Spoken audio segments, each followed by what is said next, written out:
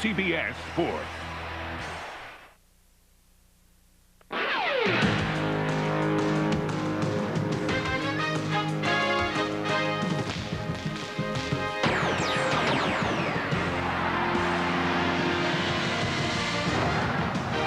The Duke Blue Devils have one of college basketball's most decorated histories.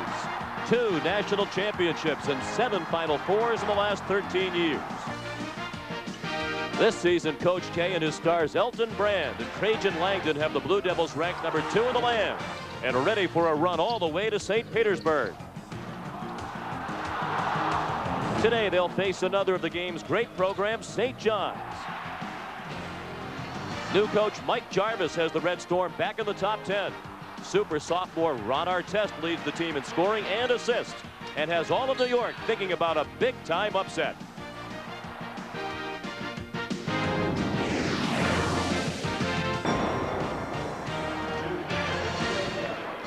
CBS Sports welcomes you inside Madison Square Garden for today's top 10 battle between number 2 Duke and number 9 St. John's. Hello everyone and welcome. I'm Sean McDonough along with Billy Packer. It is great to have you with us.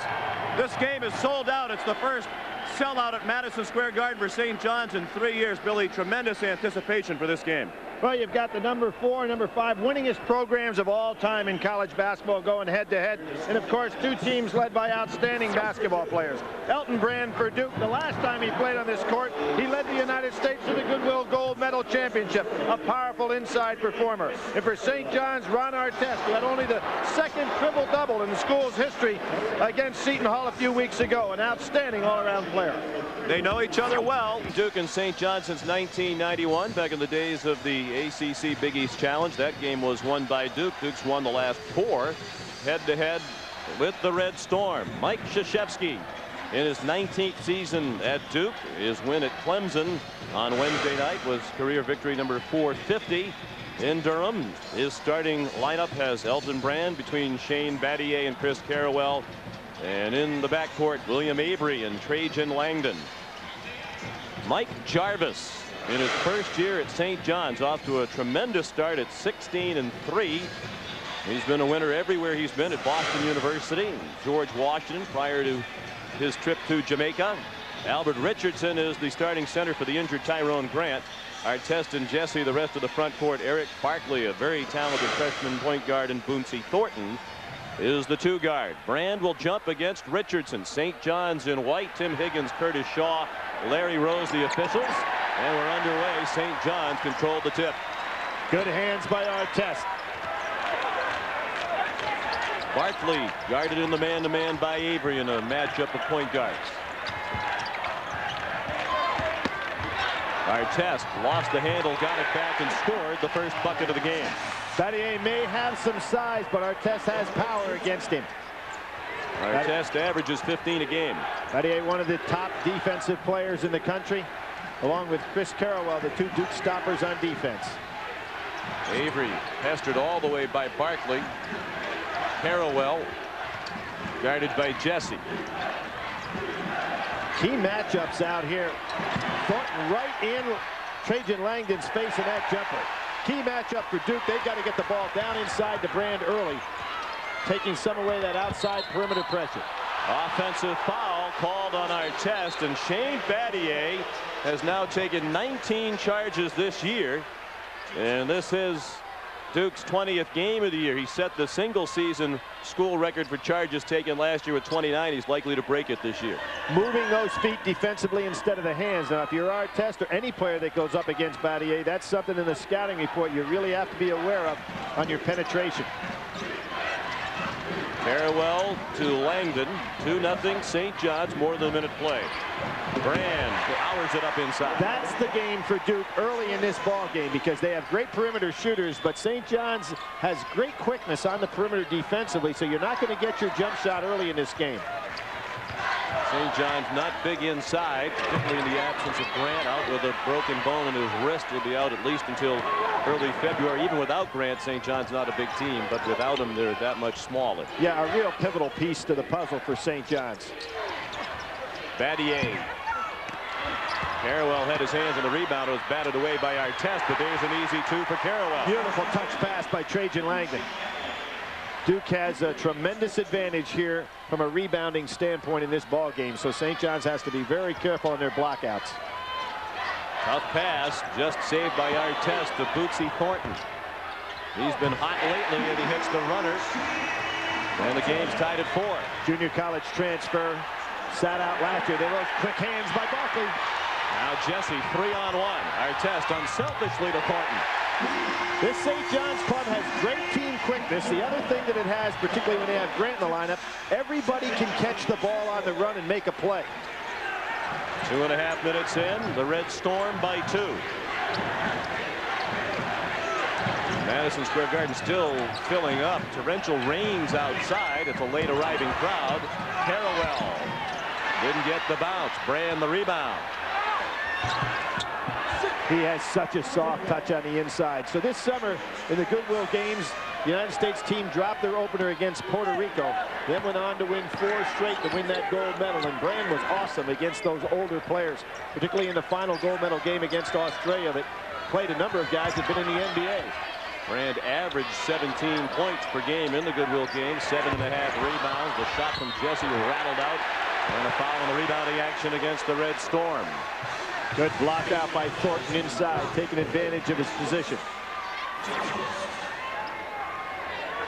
The ACC standings, Duke out of conference today, but off to a 7-0 start in the lead over Maryland. Those two seem to be clearly ahead of the rest of the pack. The foul was actually on Duke's Chris Harrowell, his first. Well, one team that may want to argue with that's North Carolina, that's got Duke coming up Wednesday. But they'll have to prove it on the court. Really the start of the big week for both teams. You mentioned the Duke-North Carolina game coming up. St. John's in the week ahead has a date at Syracuse, and then UConn back here next Saturday to host the #1 team in the country here on CBS. Avery was stripped, but Battier wound up with the ball. Nice move, but he didn't get the bounce. There's Brand again with that double pump power. One of the things that St. John's also does pretty well that Duke hasn't seen is that when there are solid screens outside and there are switches, no matter who switches for a beautiful line, not even much of the screen, but when you switch against Duke, normally you got mismatches. In this particular case, St. John's can switch any man onto a Duke player. Barkley fed Artest on the alley-oop, and Carroll missed a jumper in transition. Now Richardson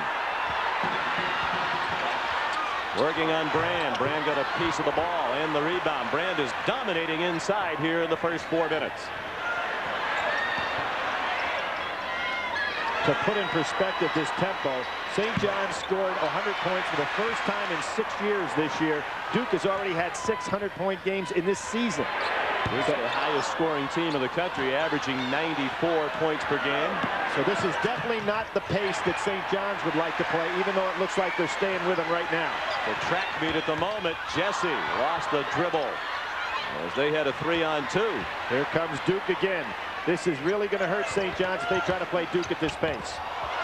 Avery, an errant pass. Brand couldn't handle it, and a timeout. And these players likely need to catch their breath. Nearly 5 minutes in, 8-8 the score. There's the perfect 45-degree angle for the Barkley alley-oop pass. Perfectly done without a good solid screen.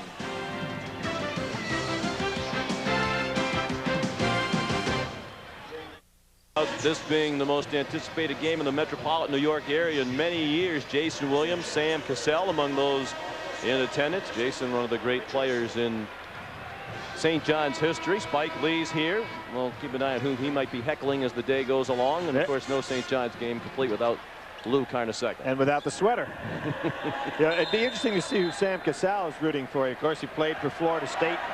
Duke and had outstanding teams at Florida State. Duke, one of the major rivals at that time. Maybe it's ACC against Big East. It'd be interesting to hear those two guys go after each other over there. Var Postel off the St. John's bench. He has the ball now, number 25, an excellent 6th man. Very tough shot. Jesse around it, and he has a chance for 3. Substitutions by Duke take Brand out of the ball game. You can see Mike Krzyzewski saying, okay, you want to play a up and down running game. Basically, Postel is the only answer that St. John's would have in that kind of situation. Duke pretty deep with a 9-man rotation. Good job inside by Jesse getting, again, position. Second time today, St. John's has been able to get superior position on the offensive glass. First foul on Trajan Langdon.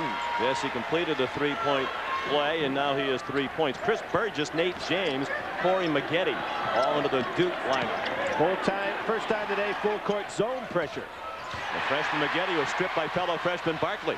The Storm on the move again. Langdon intercepted, then traveled. Well, Langdon came out of nowhere to pick that one off. Came out of nowhere, really, in many people's opinion, to have a great career from Alaska. The greatest player in the history of that state from Anchorage, Trajan Langdon. Hostel, good position inside. James finally beats him over the top. Duke sticking with man-to-man. St. John's has showed man-to-man, and then that full court zone pressure. Barkley, a three. Good touch. One of the outstanding freshmen in the United States is Eric Barkley. Terrific point guard.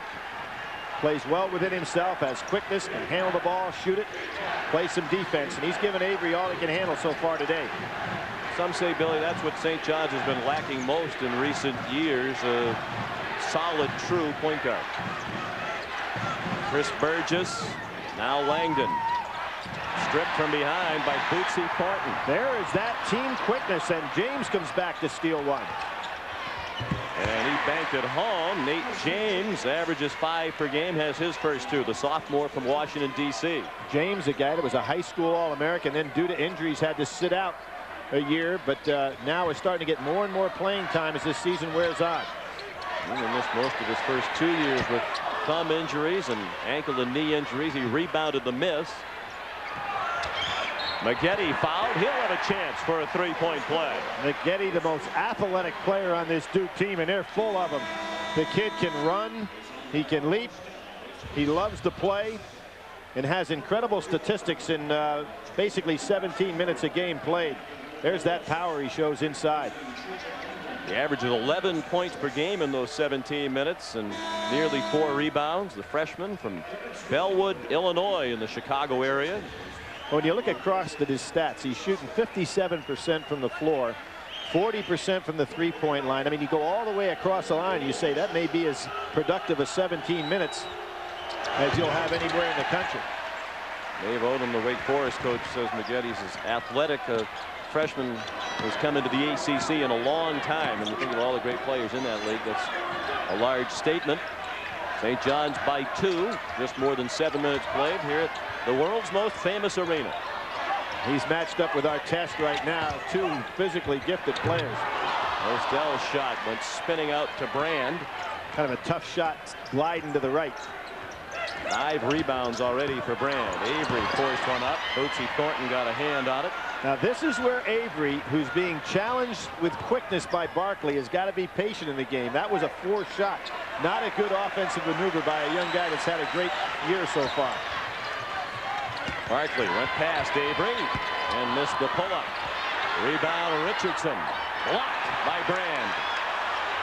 Richardson fouled this time.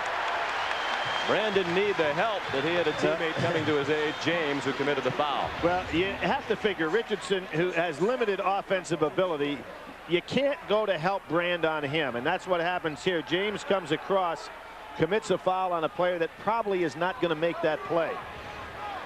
Have to use your head a little bit. If you've got a double on Richardson, somebody else on this St. John's team who's much more effective offensively is going to be open. Albert Richardson, the senior from New Orleans, Louisiana, out of McCook Community College in Nebraska, where he played last year. Our test goes to the bench. Jesse's back in.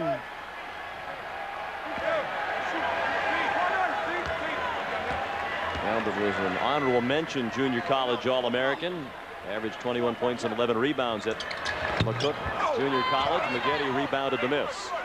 St. John's in their loss to Miami shot 16 for 30 from the line. Now this is a team that's small. When they get to the line, they're going to have to go ahead and make them, because they're not going to be a great offensive rebounding team, particularly not the likes of a squad the size of Duke.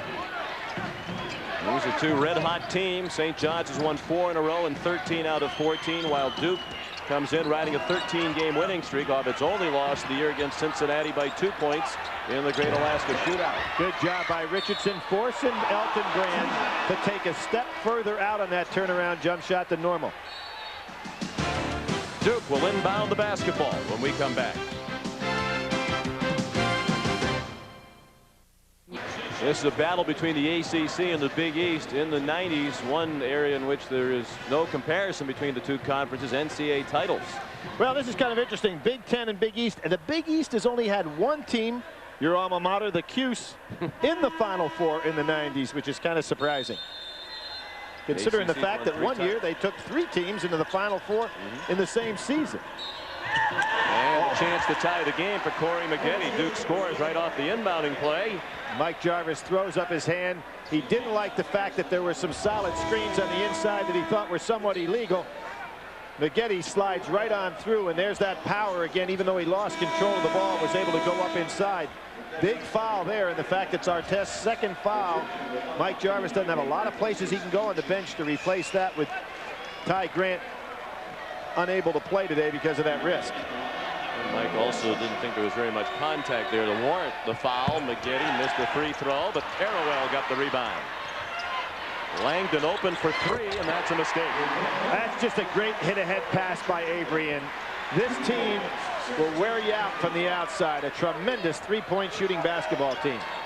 And Langdon, one of the best in the country, individually at 46.5%.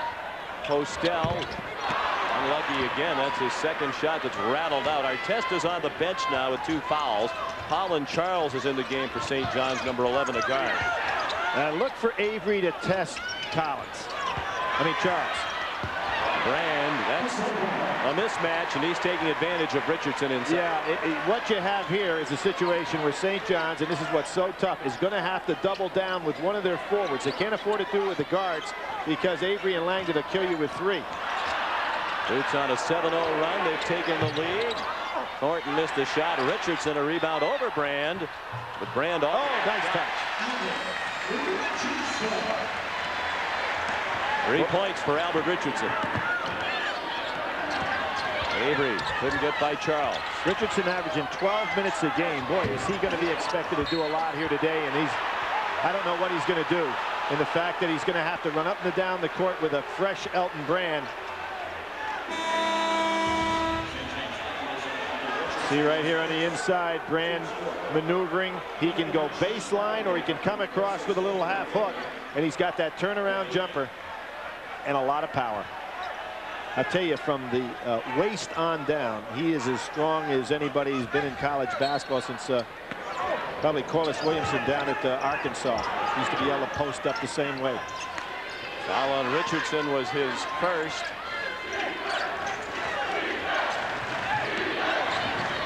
Charles Avery. Charles doesn't have that quickness, as I said before. Nice rebound by Jesse, and he was fouled, and the mock cheer goes up from the partisans here at the Garden. I think that St. John's has been getting the short end of the whistles. The foul is on Brand, his first, and team foul number 4 on the Dukies. Well, Duke has made 180 more free throws than their opponents. Duke has made 28 more than their opponents have even shot. So it's not unusual to see them have the advantage in that regard. Barkley guarded by Avery. Barkley, Thornton, Postel, Jesse, and Richardson for the Red Storm of St. John's. Postel shuffled his feet, but he was fouled before he traveled. Well, we showed you Duke on top of the ACC. St. John's picked in the Big East preseason coaches poll to finish 4th. Is right now 2nd behind Connecticut with a game against the Huskies here next Saturday. Probably the big movement in the league is the fact that Georgetown, a club picked to be a little higher than obviously they're not in that position in regard to preseason. St. John's in the preseason coaches poll was picked to finish behind Connecticut, Syracuse, and Miami. Miami solidly hanging right in there with that preseason prediction. Gave Connecticut all they could handle. Took them to overtime in Miami before succumbing the other night. Teruel with the rebound and then a foul as they went up the court against Reggie Jesse. And that is his first and the 5th team foul against the Red Storm. Barkley back in, Charles out now. Barkley gives Avery a lot more trouble than did Charles. Avery's got to be patient in this game. He's being guarded by a guy that's as equally as quick and got the same size matchup. He doesn't see that often. Avery whipped it underneath, bodies tangled. 2 Blue Devils went down, James and Battier, and the pass went out of bounds. Already 7 turnovers committed by the Blue Devils. And I think that's due to the good defensive man-to-man pressure and quickness by St. John's and their ability to be able to switch players and still have pretty decent matchups. Derek Barkley, freshman who played last year at Maine Central Institute on the team that went 35-0. Jesse's shot rattled out. A tip wouldn't go for Thornton. Carrawell out of the crowd. Avery, a great pass. Brand couldn't catch it, and he was last to touch it. Now you can see why this team will score 100 points a game. They'll take those kind of chances, but at 19-17 with as many turnovers as they had, they probably have to pull back a little bit in this one. Near the conclusion of today's game, we'll select the Chevrolet most valuable player of the game from each team. Chevrolet will make a contribution to each school's general scholarship fund, a tradition for more than a quarter of a century. Duke by 2, just under 9 minutes remaining in the first half. Sean McDonough, Billy Packer, and a sellout crowd of more than 19,000 MSG, and the ball goes out of bounds. Last touch by St. John's. 5 turnovers now by the Red Storm. And they pick up full court, wanting to keep this pressure on, and you have to wonder, stamina-wise, whether St. John's can play this kind of pressure tactic this entire ball game. Carrawell all the way into the lane, and then McGetty jammed home the miss. Just picked it up underneath the rim and carried it through. 6 points off the bench for McGetty. Meanwhile, St. John's has hit one of its last 10 shots from the floor, and they've gone more than 2.5 minutes now without a field goal. That was the same play, looking for that lob with the back screen, but wasn't there for Barkley. Here we'll see Carrawell gets an advantage inside. McGetty will get the ball down underneath the basket and just carry it right on up through. They said only 17 minutes a game that he plays, but he may be as tough a matchup as anybody will see coming off the bench in the country. In high school, McGetty in Illinois was a state finalist in the long jump and the triple jump. Brand, look out, missed it. There's James to finish. Artest had to be careful. He's got 2 fouls on him, and although he showed great hustle there, he could not challenge Elton Brand. And a 20-second timeout called by Mike Jarvis.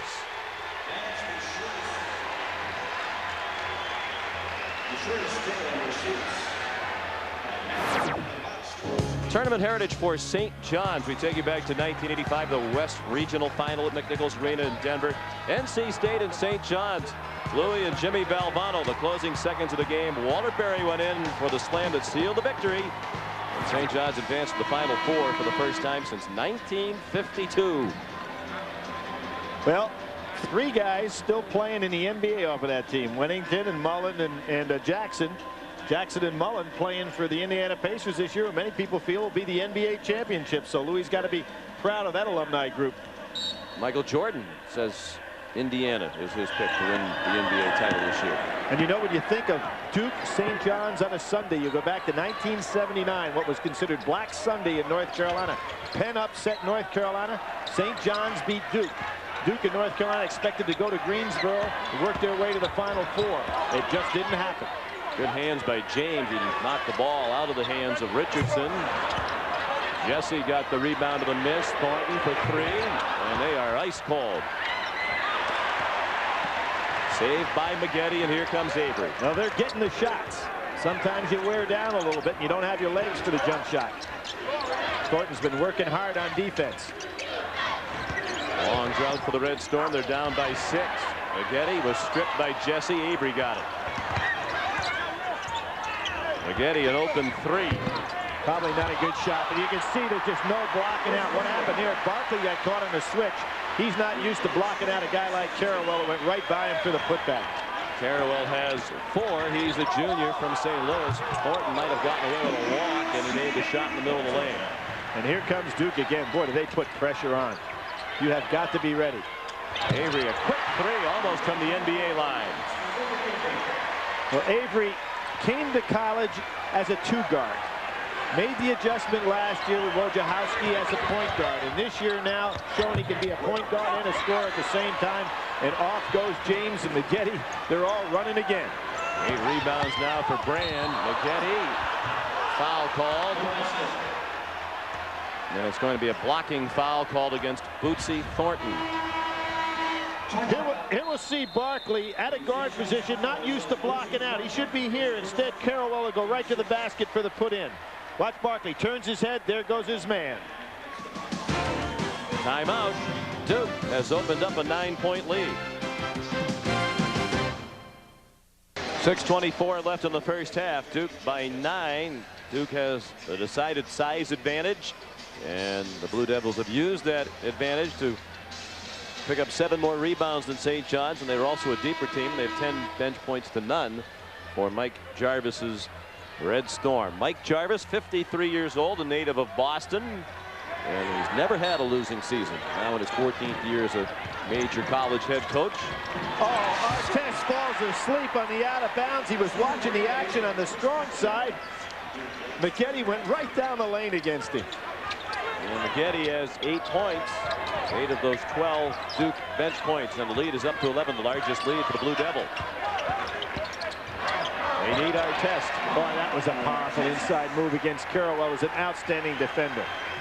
That was really a key in the game, Billy, when Artest got his second foul, because when he went out, that the momentum shifted in favor of Duke. Right, and here we have a lot of time left.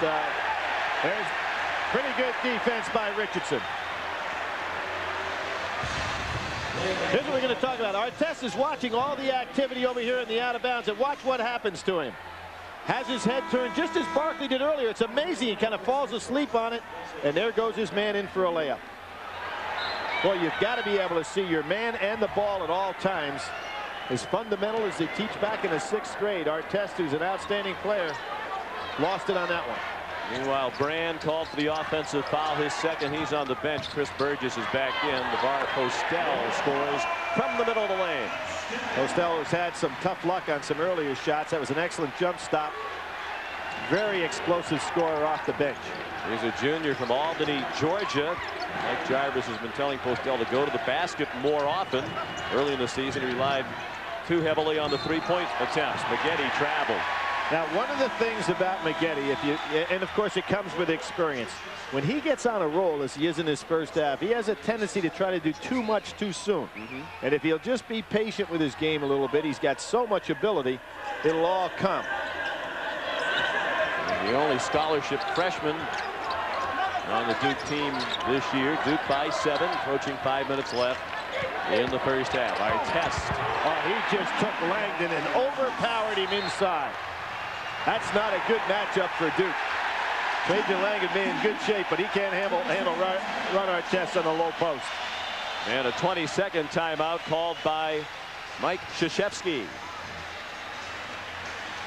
Great heritage in the NCAA tournament for both of these schools. So many memories for Duke. We take you back to perhaps the greatest memory. There's the pass to Leitner. Puts it up. Yes!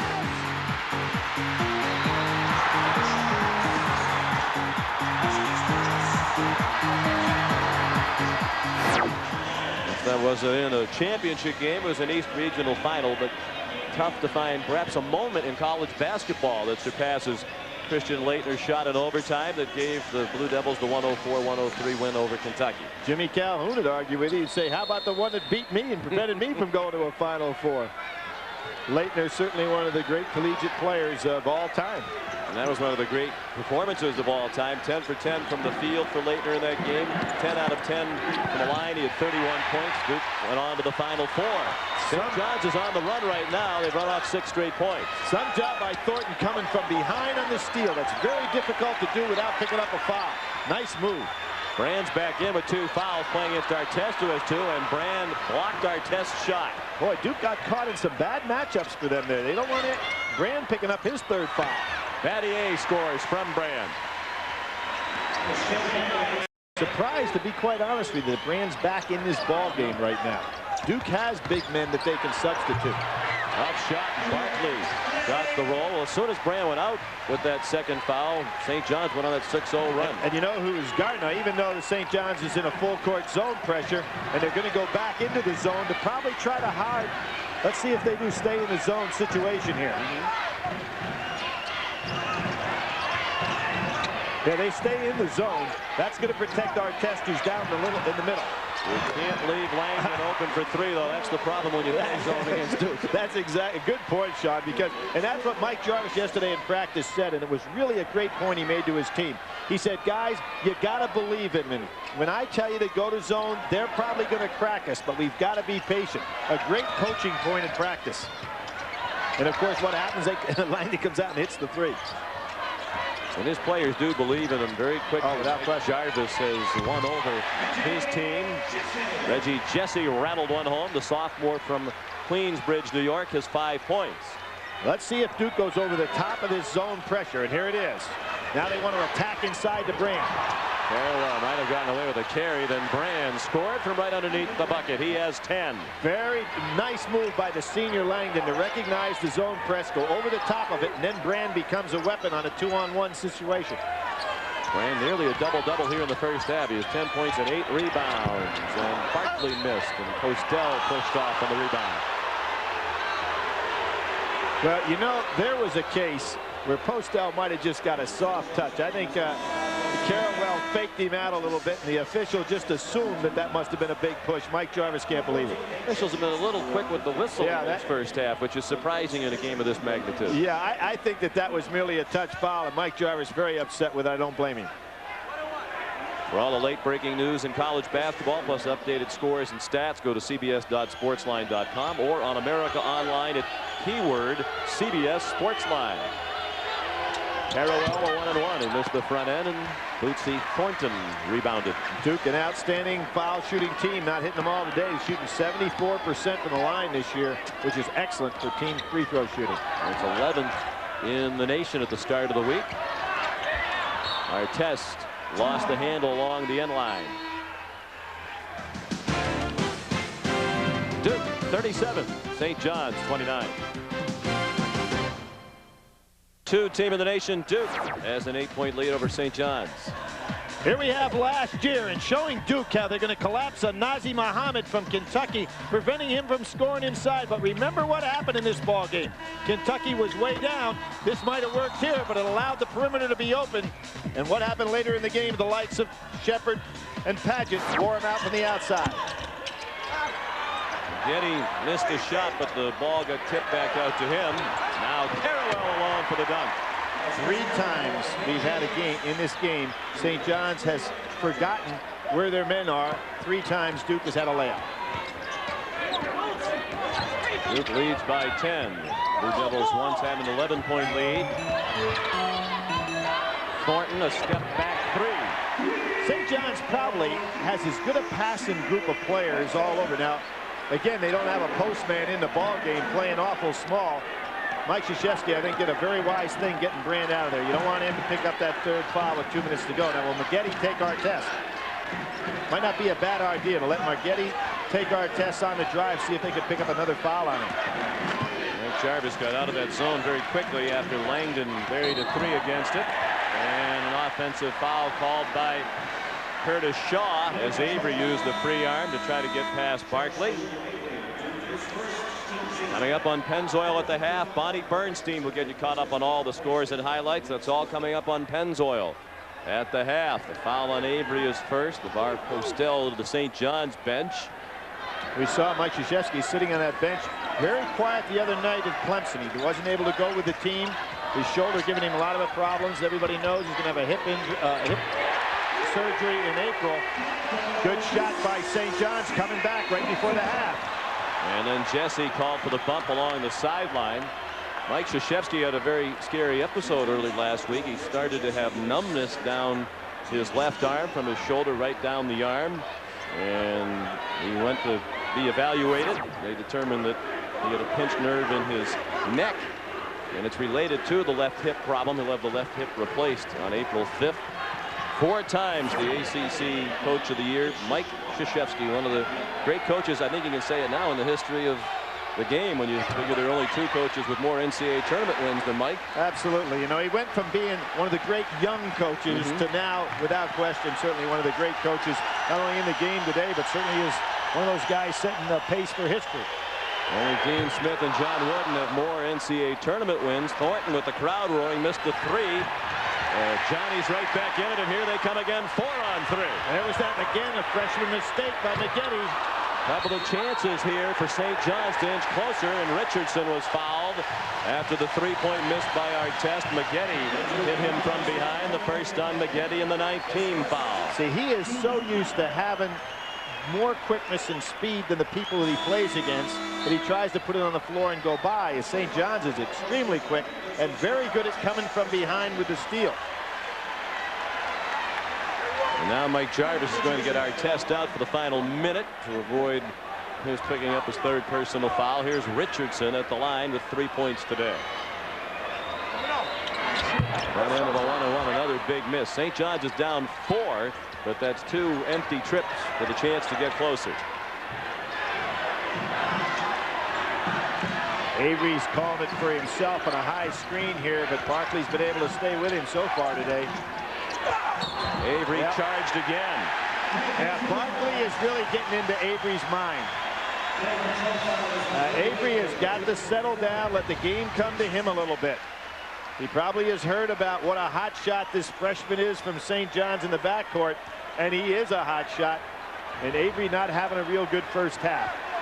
Very unusual for him compared to the way he's been playing this year. Duke with 14 turnovers already today. That's what they average per game for the season coming in. 2 fouls on Avery. Brand has 2, and he's on the bench. Talking about Avery, he's had 8 3-pointers in a game this year and 11 assists twice in a game this year. So he has the ability to put up big numbers, but he's having his hands full with this freshman. As you can see, St. John's can just about take the last shot of the half. Thornton hits it with 4. Great comeback by St. John's. Avery never got a shot off. St. John's was down 10 just a moment ago, but they head to the locker room fired up, now down by 2.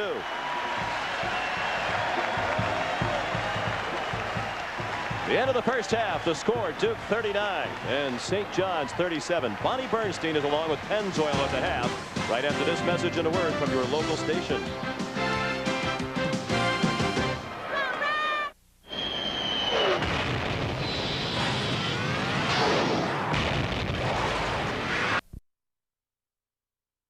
Channel 4 is sponsored by Oldsmobile and your local Oldsmobile dealers.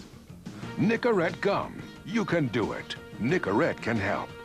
And by Applebee's Neighborhood Grill and Bar. You belong at Applebee's. It was a very entertaining first half here at Madison Square Garden, and Duke has a 2-point lead over St. John's. And Billy, it's time for that old cliche. If you're Mike Jarvis, you have to be kind of happy to be down by only 2 in the first half. Well, I think that his team showed an awful lot of guts coming back there in that first half. It looked like Duke had that working margin. Artest is in some foul trouble. They pulled back very well. I think some of the keys to the ball game certainly are Avery's play in the first half for Duke was 7 turnovers as the backcourt leader. I think Barkley got in his head early and often in that ball game. Halftime stats brought to you by DiGiorno. Bootsy Thornton working on another big game. He's been in double figures in 11 straight games coming in, so this makes it 12. And in the last 6 games, he scored at least 17 points. He has a great chance to make that 7 straight games with at least 17 points. 6 out of 11 was Thornton in the first half. Elton Brand dominated early inside, then he picked up his 2nd foul, and that's when St. John's got back in the game. They did, and he's the force to start the second half. If you were in that Duke locker room, I guarantee you there were a couple of things they focused on. One is for Avery to get his head into the ball game and let the game come to him somewhat. The second is to make Brand a real force to start this second half, to put a lot of pressure on Richardson and Artest. The other thing is that you'd have to warn your players, if you're Duke, that St. John's great quickness coming from behind from those steals, don't think you're open when it appears that you are. For St. John's, I think it's just more of the same. Working hard, keeping Thornton open.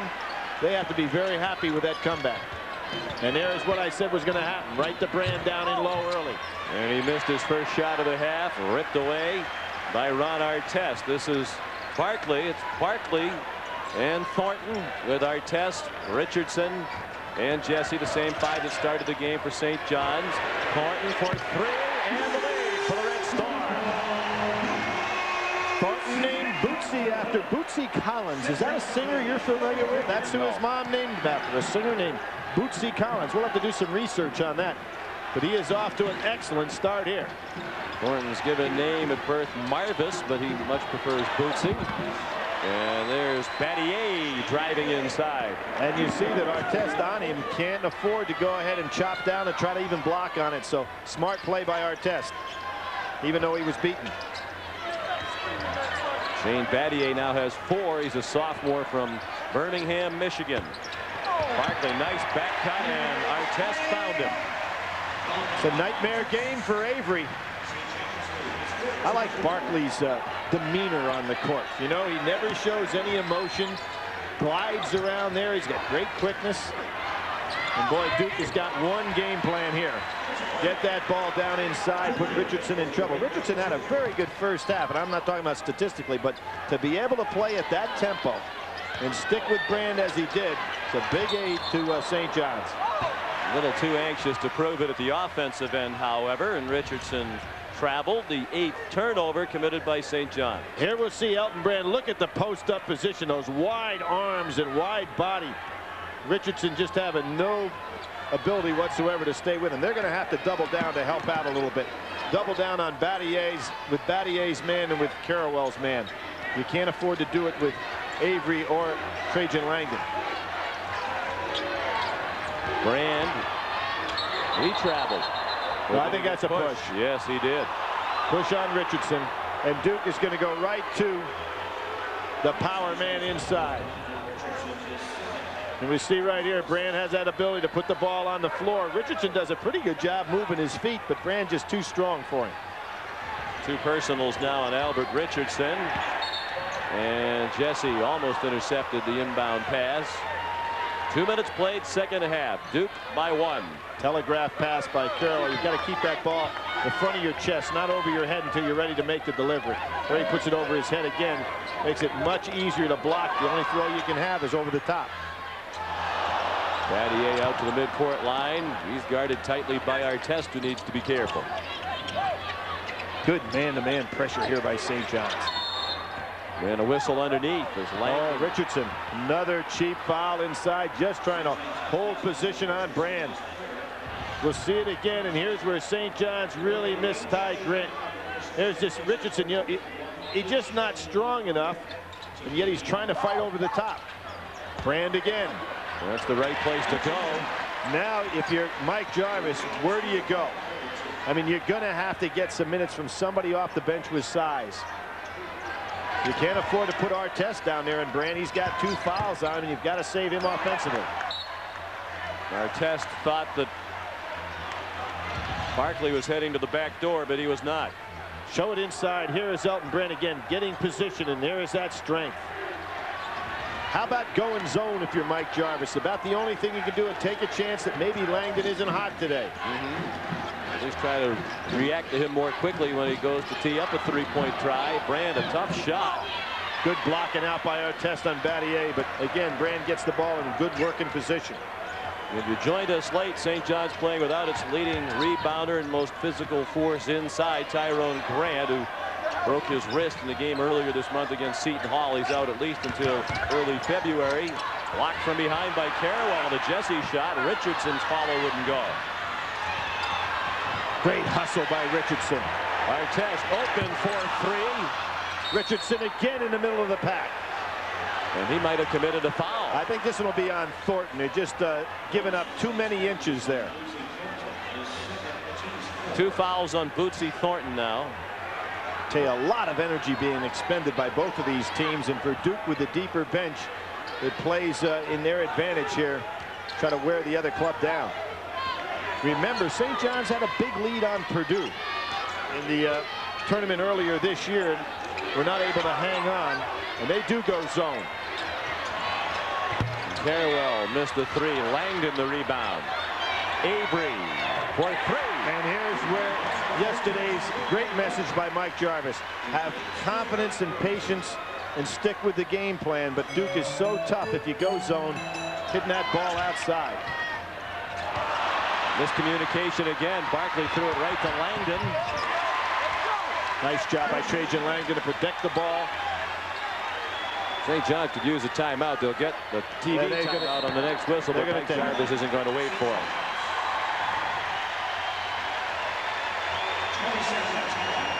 It's a 20-second timeout called by Coach Jarvis. He has his son, Mike II, on the staff, and it was Mike who walked over and said, "Dad, I think we need a timeout here," and Dad agreed. Tonight on CBS, legendary outlaws come out of retirement to help a son avenge his father's murder. Willie Nelson, Chris Christopherson, Waylon Jennings, and Travis Tritt star in the CBS Sunday movie Outlaw Justice tonight on CBS. You know, Sean, I'm really enjoying this month of Michael Jordan's retirement as you run into people and they tell all kinds of stories about Jordan. Mike Jarvis told me one yesterday. He said, "You remember the McDonald's All-American game in Wichita, Billy?" And I said, "Yeah, Mike, I was there at that game." He said, "You know, I coached Michael Jordan in that game," and he's absolutely right. He coached Michael Jordan, wasn't the MVP in the game, but Mike said he thought he would be a pretty good player before he finished up. Was he right, huh? Of course, Mike Jarvis first made a name for himself as a high school coach in Cambridge, Massachusetts at Ringen Latin when he coached Patrick Ewing.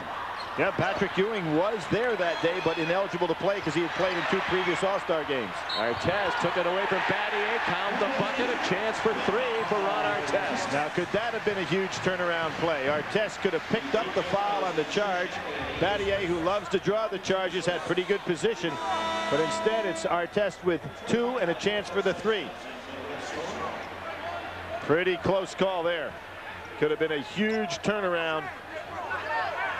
I don't know. What do you think? I think it was a call. You do? I think it was a charge. Yep. I think he gained it. I think a foul is when one or the other player gains advantage by his contact. And there's no question, by making the contact, Artest gained the advantage there. Foul on Battier was his first, and the first team foul against Duke here in the second half. Timeout, 15:39 remaining in New York City. A gold medalist on both the '84 and '92 men's basketball teams.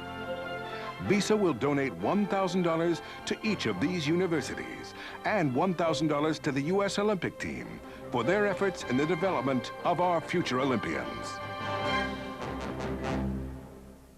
2 legendary outlaws come out of retirement to help a son avenge his... On the St. John's bench, there's Tyrone Grant with the broken wrist, out at least until early February. Mike Jarvis says we'll definitely get him back. He really sensed they could use him today. Oh, that'll be a big boost because everybody else has had to step up.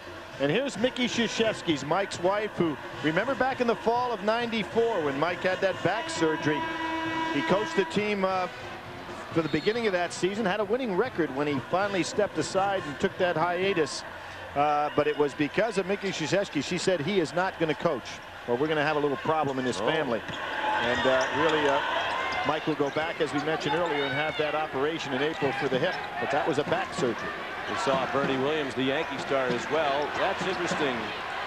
Duke that year was 9-3 when Mike Krzyzewski left. They finished the year 13-18. There's a 3 from Avery. Interesting that Duke does not count the 13-18 against Mike Krzyzewski. Yeah, you know, I'm going to have to over the period of time, whether there's no precedent that I know of for that particular move. And there's the charging foul.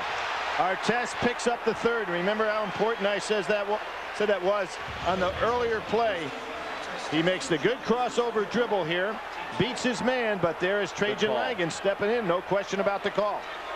Good call, the 3rd against Artest, and double jeopardy for St. John's because they waved off the goal as well. But he's going to have to stay out here. Now, St. John's has gone 3 times into the zone, and all 3 times Duke has hit the outside shot. So they go back to man-to-man. You were about to make a point about the precedent about coaching records. Yeah, I don't know. You know, if we have other situations where guys were sick or injured and out, and maybe they had good seasons and they counted the game. Yeah. So, you know, I don't know. That was a decision Duke made, and I guess that it's their decision and theirs only to make. Pete Cadet obviously took over. He's no longer on the staff, but it is interesting. I mean, I wonder, you know, if they went 28-3 would they have counted on Coach K's record if he was still technically in charge of the program. And you wonder how much better the record would have been, if at all, had he coached. There's that strength by Brand. Two-handed grab.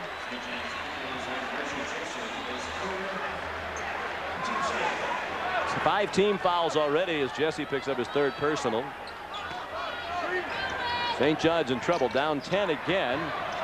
They did come back from an 11-point first half deficit to take a brief lead here in the second half, but now they're in double digits again. Smart play by Trajan Langdon to go ahead and realize he was the point guard, went and let that ball go into the backcourt, which is not a backcourt violation. A heady 5th-year senior. Remember, he, because of the injury to his knee, he sat out a year. Trajan Langdon spent 3 summers playing baseball in the San Diego Padres organization. Some think he hurt his knee actually during his minor league baseball career. He didn't play baseball this past summer, did represent the United States on the World Championships team in Greece. The team who won the bronze medal. Count the basket, a chance for a 3-point play as Barkley will go to the line, and Avery has committed his 3rd foul. Barkley having an outstanding game, plays well within himself.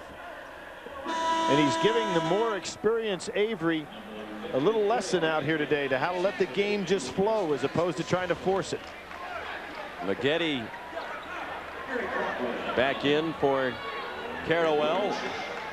And here's Barkley, one of the most highly recruited players in the country, coming out of Maine Central Institute last year, where he averaged 27 points and 8 assists a game. Before that, he played at Christ the King here in New York City and played on 2 city championship teams his freshman and sophomore years for Bob Oliva. That was good defense by Thornton, good offense by Trajan Langdon. Thornton comes out the winner on that. The pull-up, too strong from Jesse. James had the rebound and lost it, and Postel got drilled, and he'll go to the line for 2. These are 2 teams that don't mind battling. St. John's, although giving up a lot of size, really fights inside. Postel with an excellent offensive rebound and putback. Terrific job inside. Yes, going up with the 2 hands. Maggette called for his 2nd foul, the team's 3rd, and here's Postel. 21 points, 16.5 against Rutgers. I'll tell you, every kid on this St. John's team is capable of having kind of a monster game against you, you know, so they really don't have any weaknesses. Probably you would say Richardson offensively not capable of giving them what Grant could, certainly, but this team can hurt you in a lot of different ways. Tough team to play against. And every time Duke gets a little bit of a margin, St. John's answers, and Duke had to use a timeout. Now the full court pressure zone-wise is working against Duke. It's just zone half court that's hurting them. The lead was 10 moments ago, but St. John's has scored 5 unanswered points.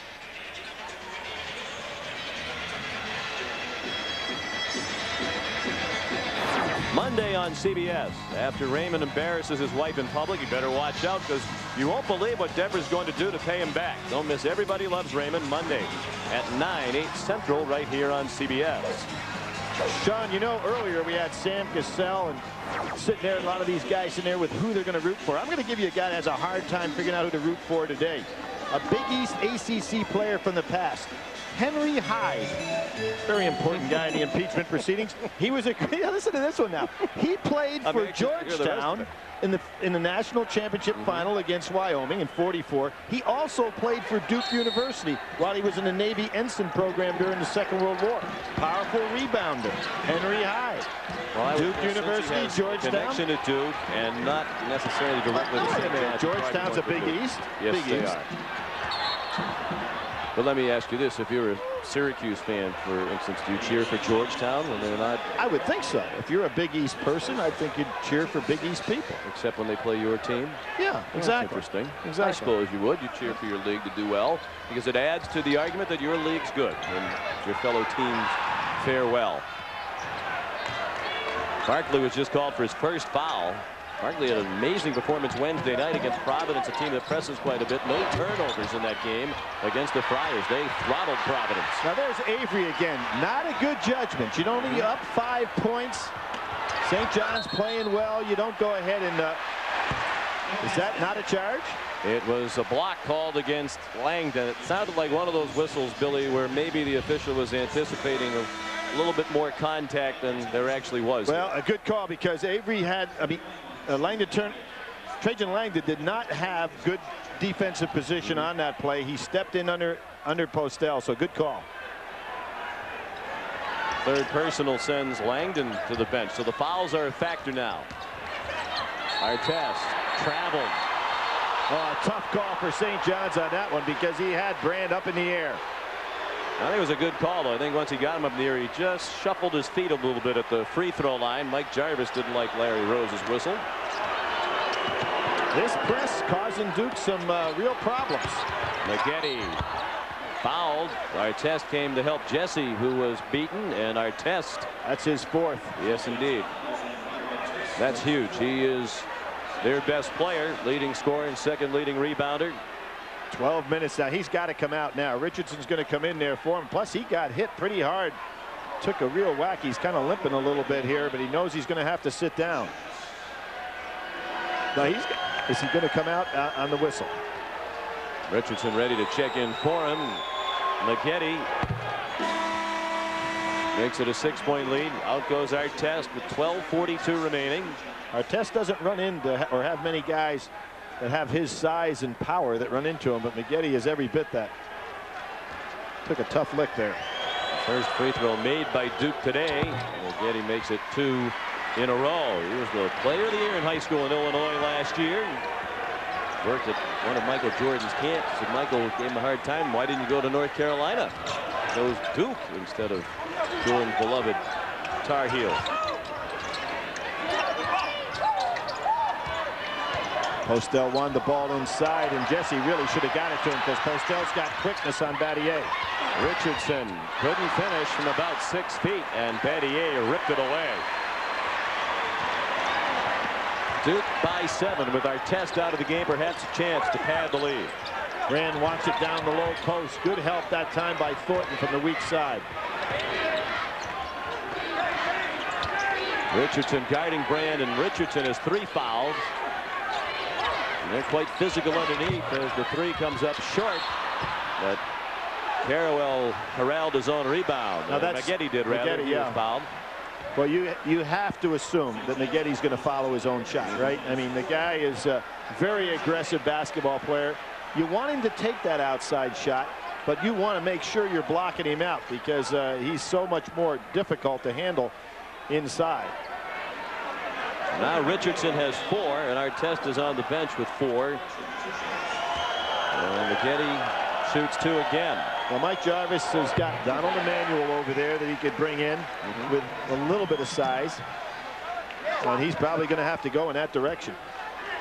He hasn't played at all today. He has appeared in 18 of the 19 previous games with 10 starts, so Emanuel is a regular in the rotation, but not today. Maggette missed both, so it's still a 7-point lead for Duke.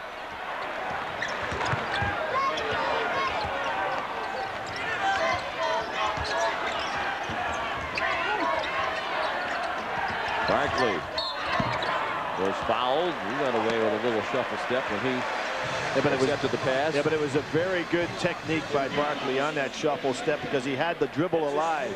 He gained a lot of room on that going right by Avery. So the fouls of the story right now is Avery just picked up his 4th. So Artest is on the bench with 4. Richardson playing with 4 for SJU. And now Avery of Duke has committed his 4th. And Langdon's going to come back in with 3. And one of the things a lot of people wondered about this Duke team is it's really not deep in the traditional sense of backcourt players. But what they do have are a lot of swing players like Carrawell, like Battier, that can handle the ball in the open court. So it really takes away your ability just to put pressure on what would be traditional guards. A lot of depth in terms of size. Would have had even more had Mike Chappell not transferred to Michigan State. He had a fine freshman year last year, averaging better than 7 points per game for Duke. St. John's down by 5 in the second half. Sean McDonough with Billy Packard back at sold-out Madison Square Garden. Nearly midway through the second half, Duke leads by 5. Foul difficulty on each side. Avery, Artest, and Richardson all with 4 fouls. Mike Jarvis put Artest on the bench with 12:42 remaining. Well, obviously, that is something that favors Duke highly because they have some things that they can do and work around Avery. But there's not a lot that St. John's can do working around Artest and Richardson. Richardson back in the ball game now, and one of the things that could help a little bit now, you could think about going zone a little bit now because primarily you've only got Trajan Langdon as the outside shooter with Avery on the bench. Maggette, good cut. He was fouled on his way down the side of the lane. As strong as Postel is, he's not a match for Maggette. Monday on CBS, it's an all-new Cosby, followed by Kevin James and Jerry Stiller in The King of Queens.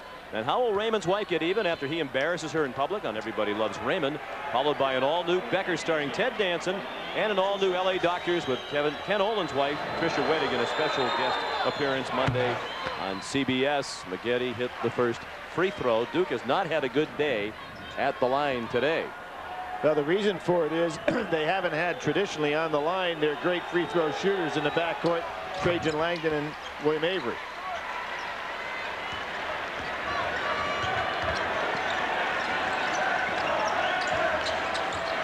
Seven-point lead for Duke. They're 4 out of 8 from the free throw line today. From the corner, that's a 3 for Bootsy Thornton. Tough guy to match up. And he's 6'4", outside or inside. There goes Maggette again. They just can't handle him. He's just so quick, so athletic. Interesting matchup, showing you how versatile a defensive player Carrawell is. He is now guarding Barkley. I mean, he has taken on the likes this year of Steve Francis down there at Maryland. He can take on a big guy. He can take. He did an excellent job. Now against a small guard, he's just. It's amazing how he can balance off and take all different kinds of players.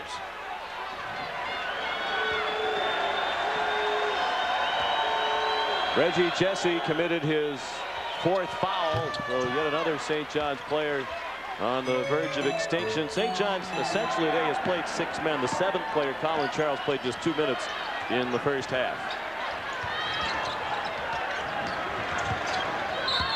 And a foul as Thornton tried to go on the curl, and Battier and Langdon reached in, and Langdon got called for the 4th foul. So now he is 4. Now Duke has got to start thinking here. Mike Krzyzewski's got to really start. You got 10 minutes to go. You've got Trajan Langdon with 4, William Avery with 4. And I said that they're not deep at the traditional guard position. They don't have any replacements at the traditional guard position. And Mike Krzyzewski used the timeout to talk it over. Powell's the story of the moment. He hits just enough from the outside with those threes to force a man to play him tight, and then he just busts by on the curl. Terrific job.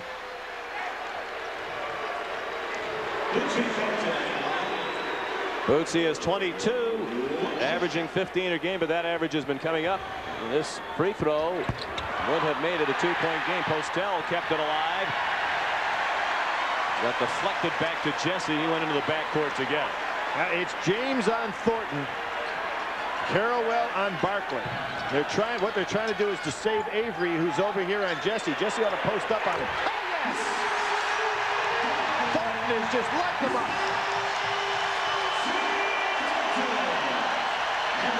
National Junior College Player of the Year. Sat out last year at St. John's, but having quite a day here. And 3 by Bootsy Thornton tied the game at 60 midway through the second half. This battle of 2 versus 9. Everything you could hope for, and Nick James quiets the crowd with a 3. Points coming from funny places there. Brand wanted that ball in the low post. And what's Duke? Did Duke go to his zone? Thornton feels it. Misses it that time. Avery all alone on the weak side for the rebound. Unusual defense by Duke that time is really man-to-man, but Brand not playing on Richardson. Brand. Oh, such a tough player from Peekskill. Home with the New York Governor. Governor George Pataki. Right. Who was a pretty fair player himself there in Peekskill. His daughter went to high school with Elton Brand. Governor Pataki would show up at the Peekskill games when Elton was playing there, and they had an outstanding team, as you might expect, while Brand played for Peekskill High. What hustle? There's Postel. I'm telling you, this is a team that doesn't want to be denied. And again, without their leading rebounder and now without their leading player on the bench with fouls, they're really doing the job. Looked from here that it was Postel, but they credited that bucket to Thornton. He now has 27 points. James short with a three. Surprisingly, right now, Mike Krzyzewski trying to steal some minutes before he gets Trajan Langdon back in the game, getting shots from strange places. I thought that Postel hit this ball. I think it should have been Postel's basket. But in any case, they all count for their team. And St. John's has been without Artest now for exactly 4 minutes, and they're hanging right in there with Duke. Artest on the bench with 4. Richardson playing with 4, as is Jesse. And what Battier wants to do is get the ball to Elton Brand. And there it is. Working on Richardson. He passed off to James, and he was fouled by Thornton before the shot. Good move by Battier to understand what the objective was on the play. Whereas James is looking to take shots, Battier understands everything's got to start inside with Brand first. Something will happen off of that. 3 fouls now on Thornton. 11 team fouls against St. John's here in the second half. The officials have been calling this closely throughout. Here's Nate James at the line with 7 points.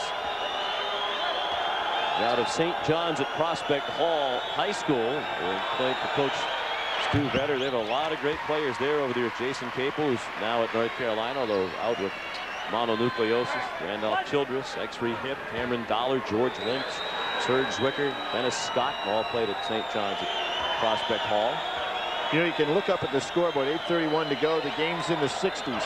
Duke's the leading scoring team in the country with the biggest margin of victory also. And it's been played at St. John's pace. They were able to go ahead and take away that full court up and down running that took place early in the ball game and got it to play their style. Out of bounds, last touch by St. John's. Duke is averaging 94.5 points per game, and their average margin of victory this year is 27 points to lead the nation. In the ACC, when they've gone 7-0, they've won by an average of 26 points. They've had some real blowouts there in the league that's top heavy this year. Postel missed a 3. It's Duke by 5 with the ball after the Brand rebound, his 10th, and that's a double-double for Elton Brand, his 8th for the year. Avery should wait on Brand again and get the ball down in the low post. But Richardson with 4 fouls, doing everything he can to keep the ball away. Good steal by Postel. Ahead to Thornton, one-on-one. He was fouled by Carrawell. Well, tough act to follow in game 2 of our triple header, but South Carolina and Syracuse will try. Others will see Missouri and Kansas. A great rivalry. Then it's out to the Big Ten. Jason Klein and Mateen Cleaves leading Michigan State. The Spartans are on a roll. They'll take on Bob Knight and the Indiana Hoosiers, led by A.J. Guyton. That's later today, 4 Eastern time in the Big Ten. Michigan State right now alone atop the Big Ten. But everybody in that league looking at Columbus, Ohio. What in the world is going on there with Ohio State? Just on a tremendous tear with 3 huge wins. That league by far the deepest quality teams in the country. And probably set all kinds of records this year in the total teams in the NCAA tournament. I think they could go 8 deep in that league. How quickly Jim O'Brien has turned that program around with a Big East player. Scoonie Penn brought him with him from Boston College. 29 points for Bootsy Thornton. Now, how long can Mike Jarvis go with Ron Artest on the bench? You know, at the 6-minute mark, he's got to be thinking about it. Richardson with 4. They can't get the ball to Brand. James fortunate to get the whistle there as he lowered his shoulder and just burrowed his way into traffic. Mike Krzyzewski trying to steal some minutes with Trajan Langdon on the bench. Both of these coaches having to have a mind game going. Well, that's 4 fouls now on LeVar Postel. So just about everybody in the building, including Billy Packer, has 4 fouls. Here's James at the line. He has 9 points, well above his average of 4.7 per game.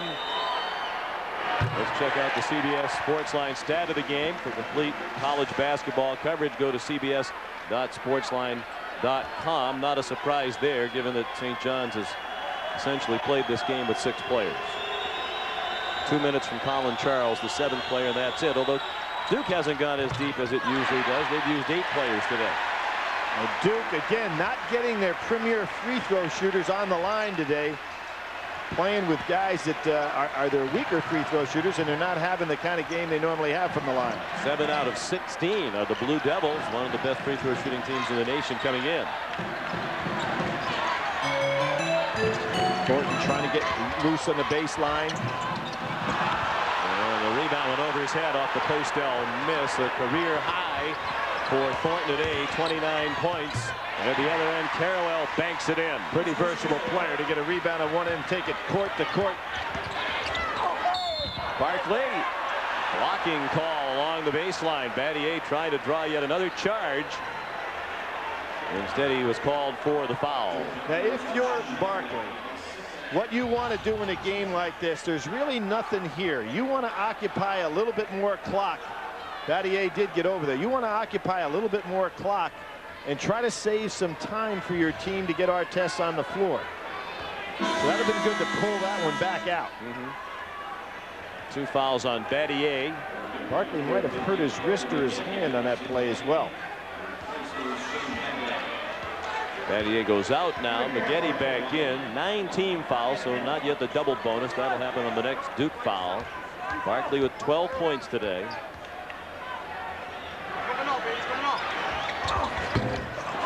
And he front rimmed the first of a 1-on-1. Richardson blocked by Brand. Brand and Maggette kind of sandwiched him there. Good call right in front of us. Carrawell doesn't like it, but that looked like the right call by Larry Rose. Yep. It was just simply a matter of Carrawell losing the dribble over the sideline. Thornton got a little touch, but Carrawell hit it last. A great piece of officiating.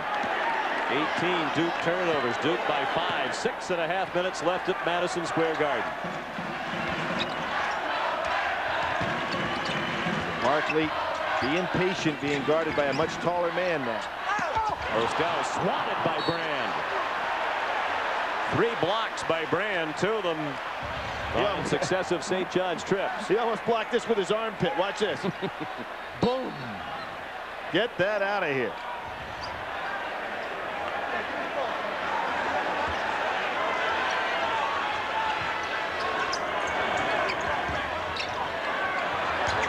Postel got shut off by Maggette.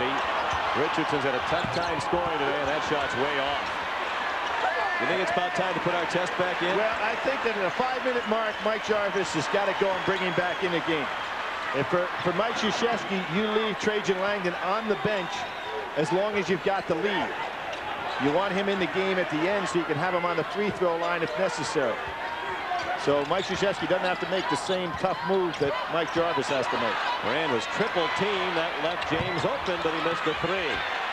See, that normally would be Trajan Langdon out there for the 3. They're much easier to defend. Jesse stripped by James. Then Brand came flying over the top of the pile and committed a foul. His 3rd. And that's the double bonus now. 10 team fouls on Duke here in the second half. But even though Jesse missed, how about how aggressively he went at that hoop? This is surprising. Trajan Langdon's going in before Artest. Artest is arguing on the sidelines. I won't say arguing. He's pleading his case on the sidelines, trying to get back in this game. Here we see Jesse flying in there, and he loses handle on the ball. Now Thornton adding to his best day as a college player. 30 points. Artest still on the bench. He's been there for more than 7 minutes of game action now, but his mates are keeping the Red Storm in it. Most notably Thornton, who's been just about a one-man show here in the second half. I'd say in the next 30 seconds we'll see Artest in this ballgame. under the 5-minute mark. Duke by 3. Langdon back in there now with Avery. Along with Carrawell, Brand, and McGetty. Oh, I think that was a charge, but he's going to get the call. Oh, my goodness. And that's on Thornton. Wow. You're going to see Trajan Langdon using his elbow here, but he's going to get the call.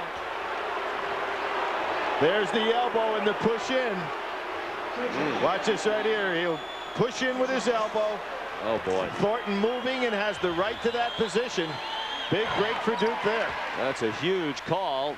Not only is Langdon still in the game, he would have fouled out, but now Thornton has his 4th foul, and Langdon pads the lead. It goes to 4.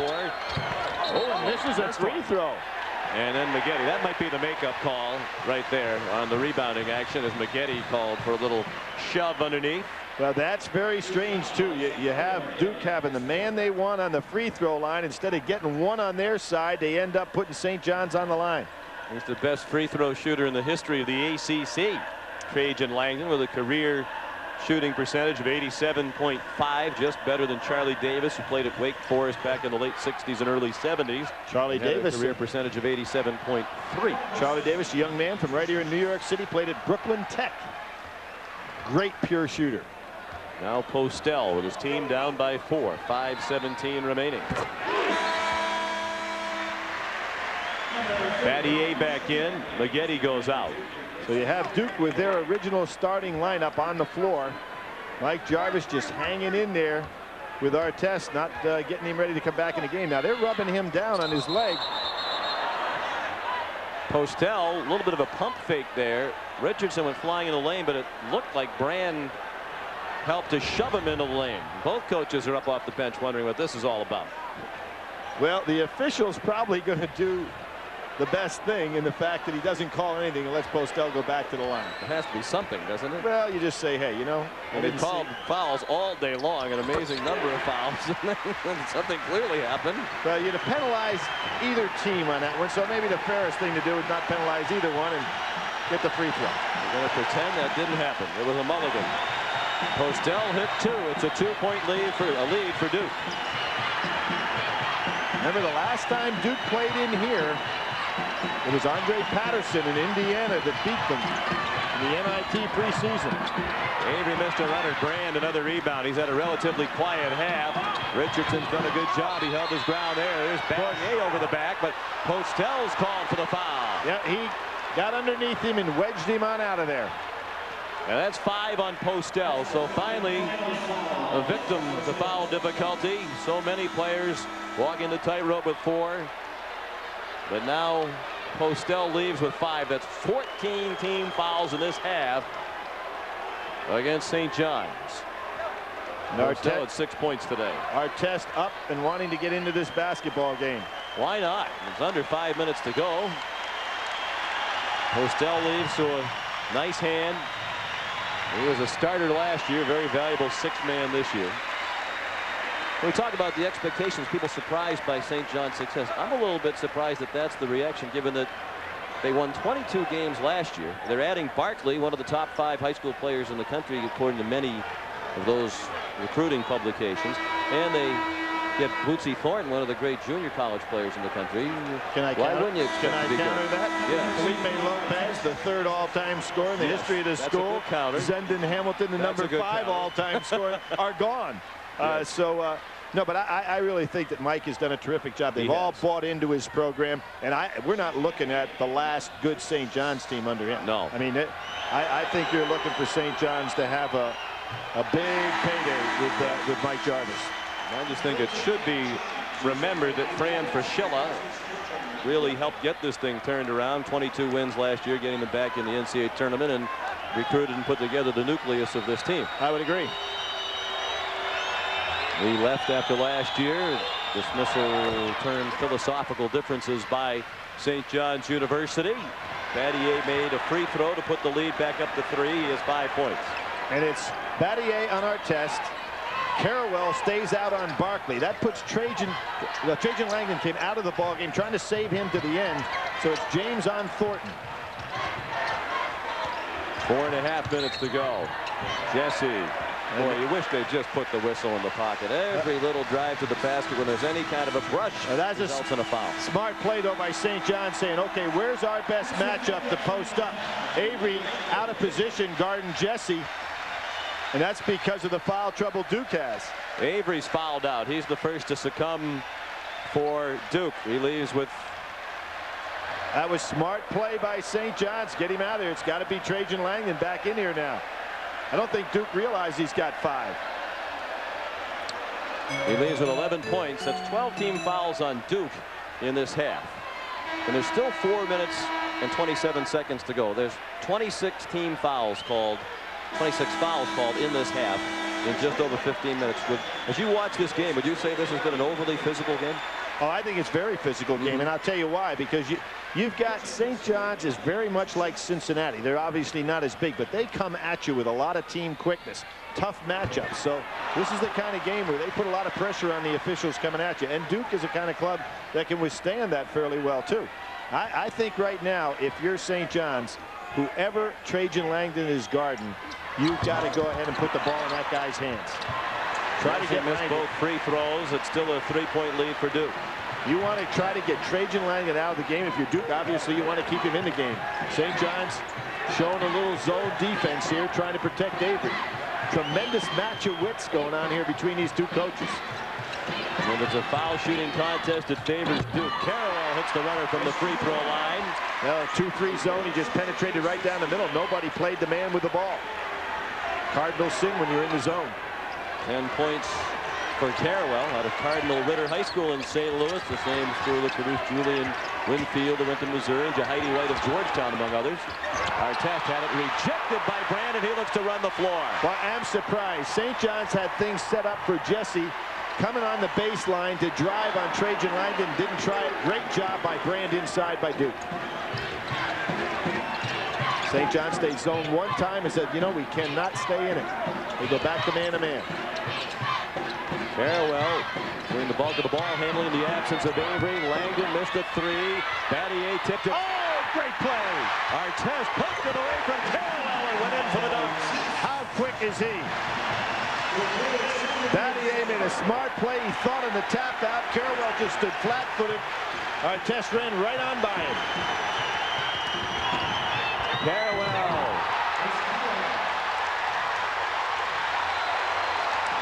Not just a defensive stopper, huh? I should say not. 12 for Carwell. We talked earlier about this being the most anticipated college basketball game in New York City in years, and it's lived up to that advanced billing. These two teams have gone at it all afternoon in a very entertaining game, still with 2:45 to go. Duke, number 2 in the nation, leads by 5. With 2:45 remaining, Duke leads by 5. The fouls, the story of the game, particularly here in the second half.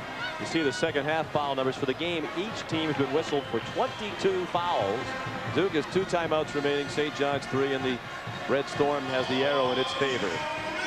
There's Elton Brand's mom, Daisy, who's made the trip from Peekskill, about 40 miles away along the Hudson, to come down here to the city and watch son Elton. He's a fine player. There's no question about that. Mike Krzyzewski sat him on the pine for a couple of games. Didn't let him start, just to say, hey, let's get focused back in what you got to do. Big shot. Thornton continues. 34 for Bootsy Thornton. Great play by Mike Jarvis right out of the timeout to get Thornton in position for a 3. They've gone away from him on recent possessions. He's the reason they're still in the game. Here you're trying to get a situation to get the ball down into Brand. Who makes the entry pass? Langdon with 4, guarded by Artest, who has 4. Shot clock at 10. Brand on Richardson, who has 4. Brand in traffic. The tip wouldn't go from James. Thornton calls a timeout as he's going out of bounds. Brand almost had what he wanted there. Couldn't quite get the handle. Good hustle by Duke and by St. John's. Mike Jarvis is smiling. A 20-second timeout tonight on CBS begins with 60 minutes. Was a Marine pilot hot dogging being a cowboy when his jet severed a cable on a ski slope in Italy, killing 20 people. His story, 60 Minutes tonight, followed by Touched by an Angel. Then Willie Nelson, Chris Christopherson, Waylon Jennings, and Travis Tritt in the Sunday night movie Outlaw Justice, all tonight right here on CBS.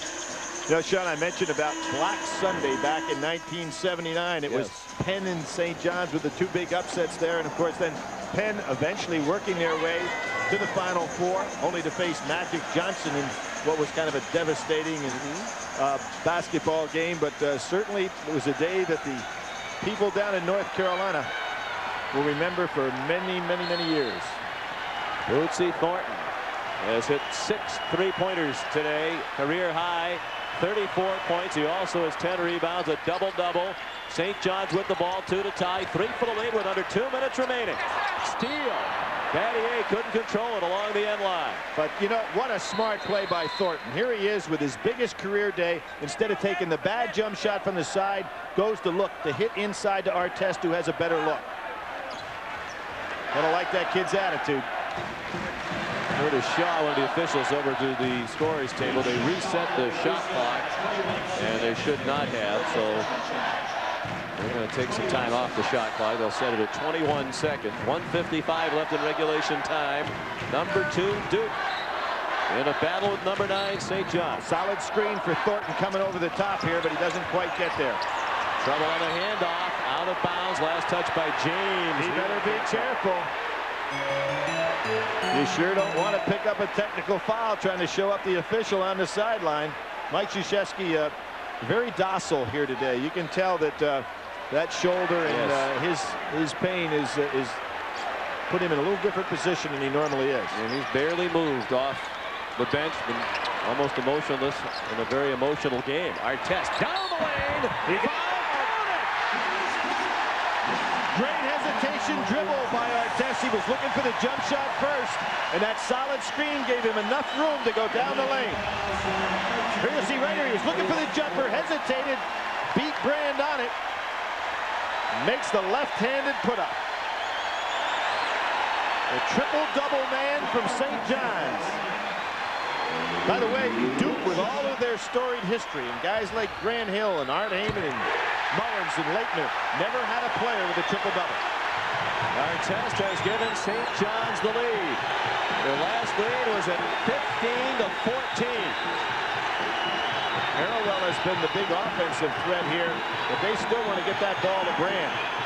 Actually, they led once here in the second half very early on, so that note was just passed along is not correct. But St. John's by 1:15 remaining. And Harrowell fouled on the pass off. Fouled by Jesse.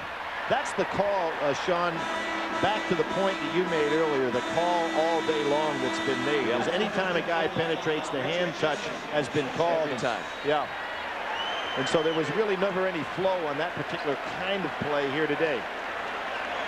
So Jesse's fouled out. Now Mike Jarvis is in trouble. He's been trying to play with 6 men all day, but he's lost 2 of those 6 men. So the only other player who's seen action, the 7th man today, Colin Charles at guard, is going to come back in.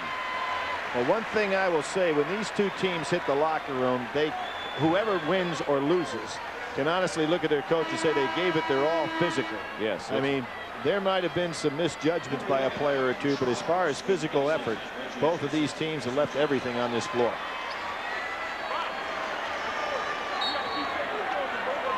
Mike Jarvis using all the allotted time for sending Colin Charles into the game, the junior from Toronto, Ontario, number 11. So it's Thornton, Charles, Barkley. That's not Charles Barkley. Mike Jarvis wishes it was. Thornton, Charles, and Barkley with Richardson and Artest, essentially a 3-guard look now for St. John's. Harrowell ties it with 1:11 remaining. Well, one of the things you kind of like for what St. John's has got there, they've got 2 basically point guards in the basketball game. Remember, Trajan Langdon has 4 fouls on him, and Mike Krzyzewski would love to have him out there. William Avery's already fouled out.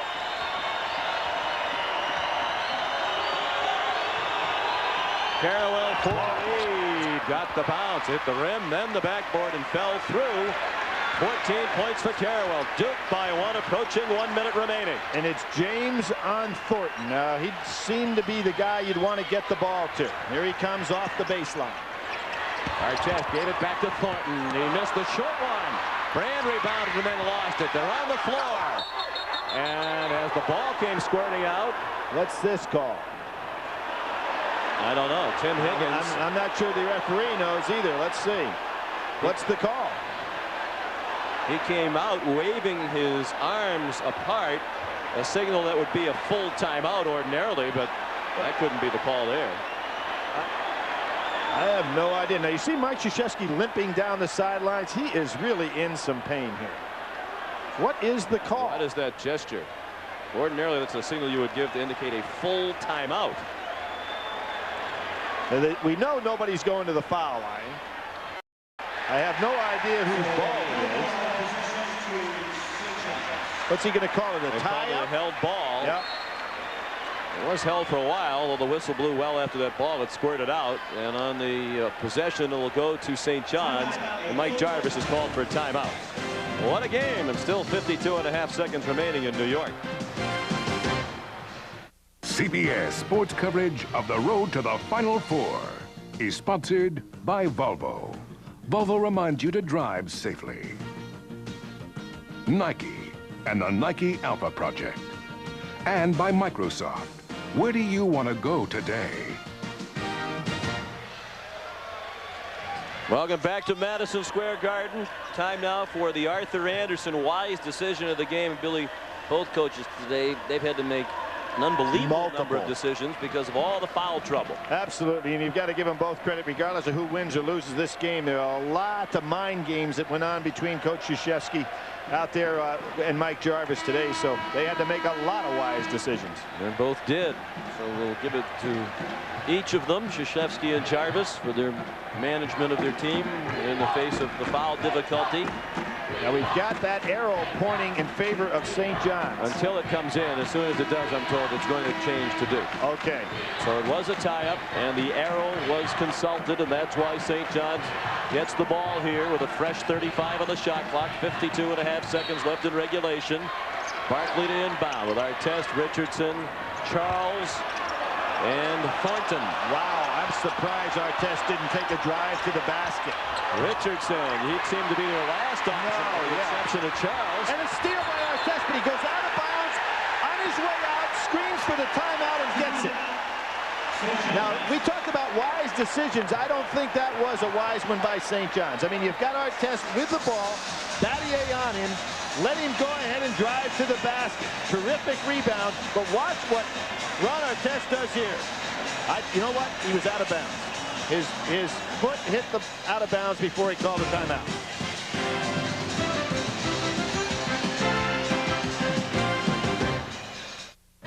Here we're going to have an angle of certainly a great hustle play by Ron Artest. Now watch, his foot is here. Now he calls the timeout signal here, but the official, we're going to see from a different angle, took the verbal call. There's the verbal. His foot is not yet hit. The official is calling the timeout. So in any case, Ron Artest makes a great hustle play and then a very smart play to call the timeout, and gets the call. Mike Krzyzewski did question that call during the timeout.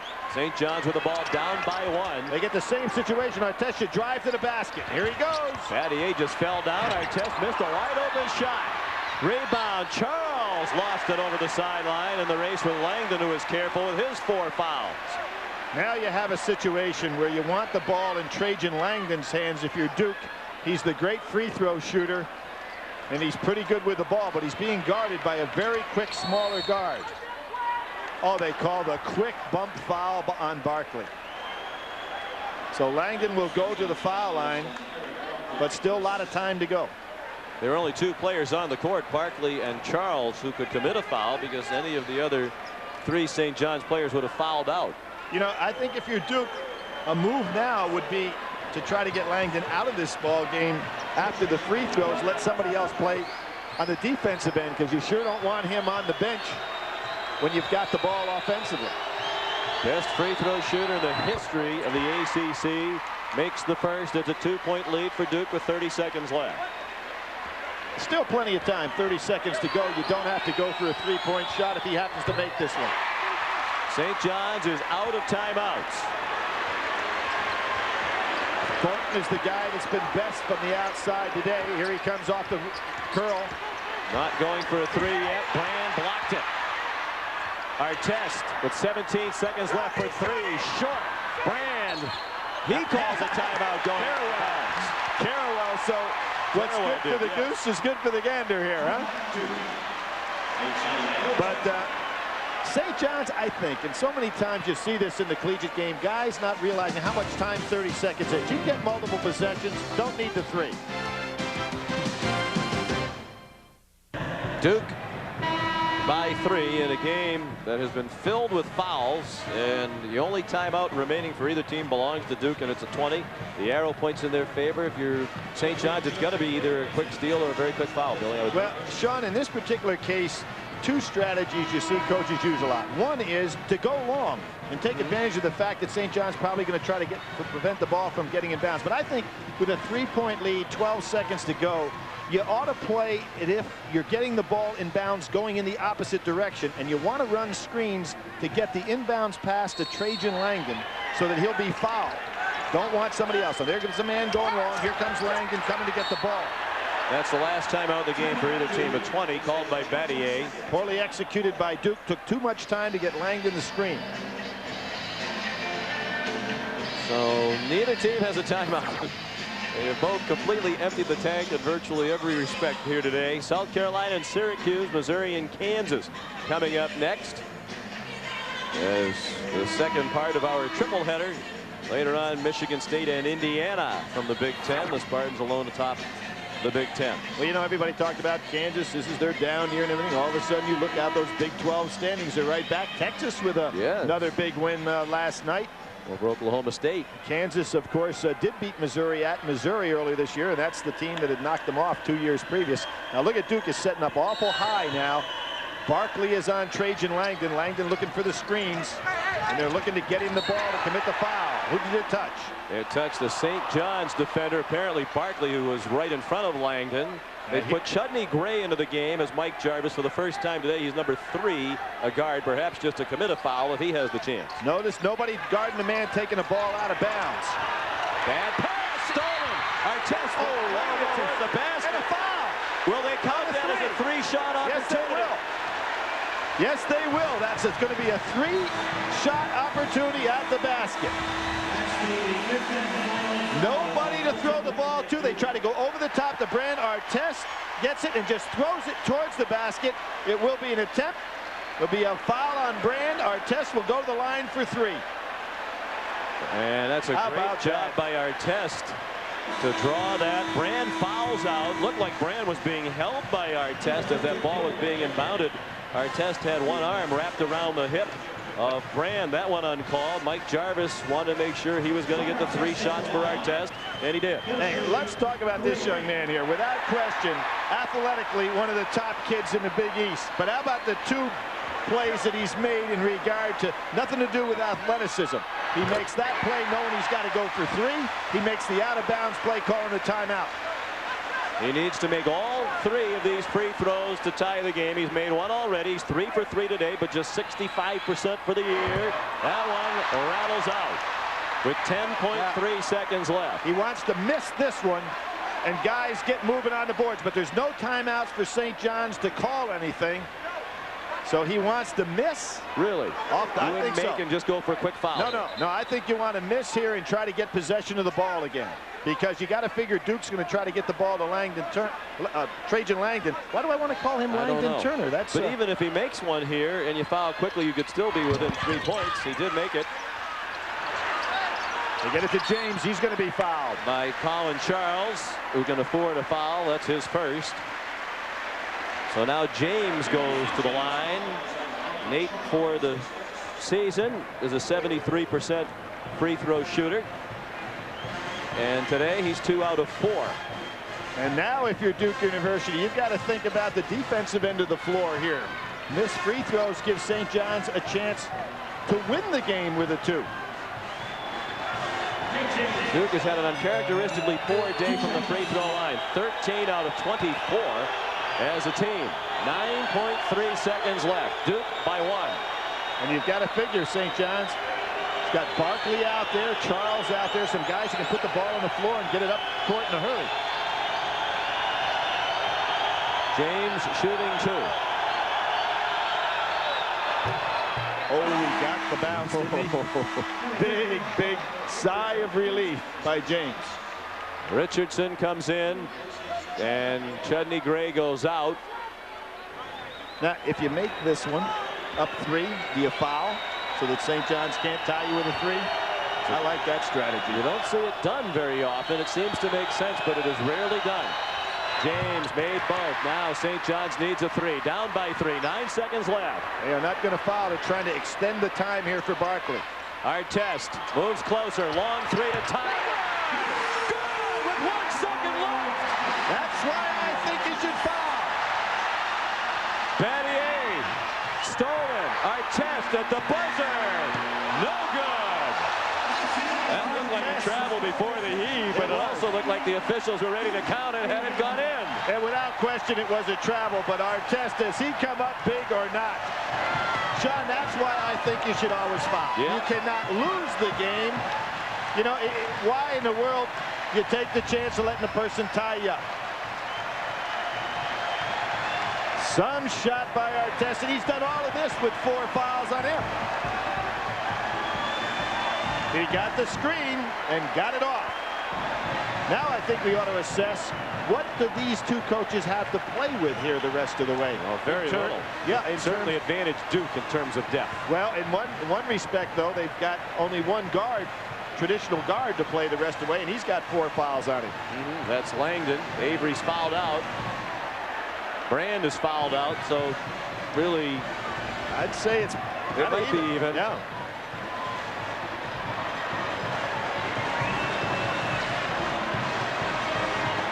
So we're heading for overtime. First overtime game of the season for Duke. And St. John's is also going to an extra session for the first time this year. So Duke comes out with Maggette here to start this overtime period. James, who hit the 2 key free throws, will be in that starting lineup. Trajan Langdon with the 4 fouls on himself. Battier will jump center with Brand out of there. Artest will come back in, and let's go back to, we were waiting. When is Artest going to get back in the game? Yep. Mike Jarvis had the guts to hang on until under that 5-minute mark, and so he gets a fresh and rested Ron Artest out there, who comes through with great plays on the court physically and mentally to bring them back. Artest hit a 3 with 1.1 seconds remaining to tie the game and force the overtime. Each team gets a timeout in the overtime. They had expended all their timeouts in regulation. Duke already on the court with James, Carrawell, Langdon, Maggette, and Battier. And for St. John's, it's Richardson, Artest, Thornton, Barkley, and Charles. Doesn't Richardson have 4 fouls on him? Yes. As well? Yeah. Richardson has 4. Artest has 4. Thornton has 4. And for Duke, Langdon has 4. Those are all the players in the game with 4 fouls right now. Out of bounds, it'll be St. John's ball. Felton Maggette got the tap. Now it's James down there on Thornton. Carrawell, who's done a nice job on Barkley. They go inside. The shot missed by Thornton. Out of bounds, it'll be St. John's ball again. 15 seconds into overtime. Boy, St. John's getting all the calls down that end, aren't they? Every out of bounds play seems to go their way. It's a battling team. Test has to be careful on the drives to the basket. If he fouls out, the balance of power really shifts. Now the help ball. Langdon reached in to tie it up, and Duke will get the ball. Double dose for Duke because they go ahead and keep the arrow possession as well on that play. Now here's what the play that cost Duke this game not being held in regulation. They could not get the ball in bounds either from the end quarter on the sideline. Farewell guarded by Thornton.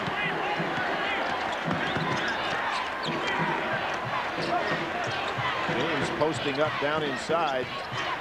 Trajan Langdon's got a lot of size on Charles to shoot over the top. Rebound Battier. He stumbled but passed off to Langdon. Traveling to call him Langdon. Trajan's had a quiet day by his standards, just 11 points. Part of that because of the foul difficulty. 3 out of 8 shooting from the floor. Hasn't taken many shots. I think he was pressuring to take that 3 a little bit too quickly there. He should take his time. Charles a lot smaller. He can shoot over the top of him. A minute into overtime now. Neither team has scored. Barkley doing a smart thing here. He's got Langdon on him with 4 fouls. He's trying to beat him on the drive. Got to get the ball back to him. And there goes the switch. In this half-court offense here, Billy, for St. John's. Charles underneath, blocked by Carrawell. St. John's ball again. You kind of knew it would be, didn't you? Charles made a gutsy play going underneath that basket against the trees. He hasn't scored today.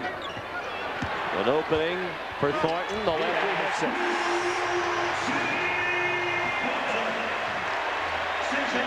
Duke trying to save Carrawell on Barkley. And that puts James, who's really not a defensive stopper, on Thornton. They may have to make a switch. Career high 36 points for Bootsy Thornton, the junior from Baltimore, the junior college transfer. See, without Brand in the game, Duke doesn't have anybody in the low post they're used to going to, so they're really out of sync in their offense. Maggette. That was a carry on the play, and there's the freshman trying to do too much. Rebound pulled out of the pile by Thornton, and he was fouled. Fouled by James, and that's 4 now on Nate James. See the play here. Thornton, James, for some reason, thinks that Thornton is going back outside. I don't know why, and there was the good jump stop. Thornton has been tough to handle. See, the big problem for Duke now is what kind of offensive structure do they have? They don't really have a low post player. They might, and it's a tough thing to do, but think about Burgess coming into this game, so they would have somebody in the traditional low post. They've got a bunch of forwards out there right now. Double bonus carries over, so each team will shoot 2 the rest of the way. Thornton missed the first free throw. St. John 17 out of 25 from the line as a team. Been a lot of whistles, but you don't get the sense that it's been one-sided at all. The officials have been very balanced. No, I think they had a style of how they're calling this game. Yes. See, Duke is playing with 1 guard and 4 forwards. Charles being rested and fresh is using his quick feet on Trajan Langdon. Duke has not scored in overtime. More than 2 minutes gone by. They just can't get the ball in an offensive set because they're playing with such a strange lineup. And St. John's has really extended the half-court defense out here, pressuring everywhere. Langdon. There's a foul. It's going to be Richardson's 5th. Richardson is out. Well, this was almost a desperation drive by Trajan Langdon. There was nothing in the half-court set to go to, so he just put the ball on the floor. Just a touch foul by Richardson. Trajan Langdon goes down, and that's what Duke would like to have, is this young man on that foul line. They had very little depth in the front court at the start of the game. We talked about that without Tyrone Grant, their starting center, out with the wrist injury, and now they've lost 3 front court players to fouls. Reggie Jesse and Albert Richardson, 2 starters, and LeVar Postel, their very valuable 6th man. And remember, St. John started this game without Tyrone Grant, who would certainly be able to use up 5 fouls and their outstanding rebounder. Richardson really played a fine game for a young man that was asked to do a lot. He's only been playing up to substitute levels in the past, only averaging 12 minutes a game. Langdon made the first of 2. Richardson left at just 3 points, but he banged Brand particularly all day, and it was Brand who fouled out well ahead of Richardson. Those of you just joining us, Elton Brand and William Avery, two starters, have fouled out for Duke. Langdon made two. It's a 1-point lead for St. John's. The 3-point lead here in overtime matched their largest lead they've had all day. And they've changed their offensive structure now. They're surrounding Artest on the front, everybody cutting. Chudney Gray called for a charge, and again, Billy, in a key situation, their offensive option is a guy who's barely been in the game today. Yeah, this is an open set offense by St. John's, though, and a nice move by Mike Jarvis. But there's Battier, who is so qualified. The way he goes and moves those feet to draw those charges. Just does it so well. Small man on big man here in the dribble. Carrawell's got to be careful. Whoa. Almost loses it once. Great quickness on defense by Charles. We know Carrawell's not ordinarily the point guard. 2 minutes left in overtime. James, awkward shot, didn't get it. Battier, chance for three. That's Artest, I think, fouling from behind. You see this, James Duke is just trying to create offense. There's a double pump to get it up. Is that no, it wasn't Artest. I thought it was Artest for the fifth. James kept it alive. The shot turned out to be a pretty good pass.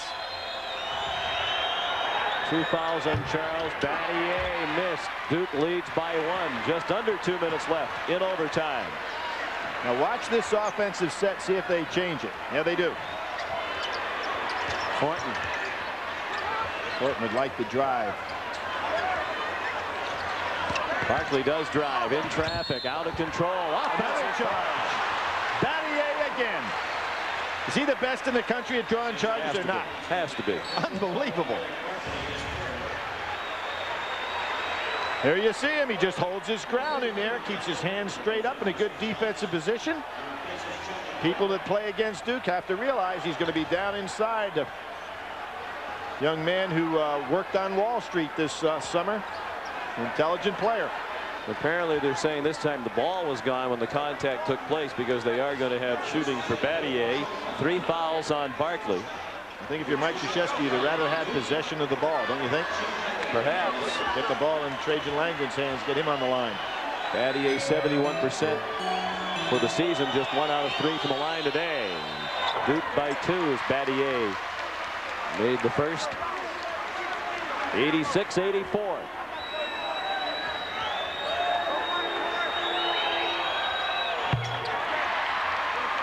Battier made both. A 3-point lead for Duke. We've been here before. And Barkley still has to realize they don't need 3.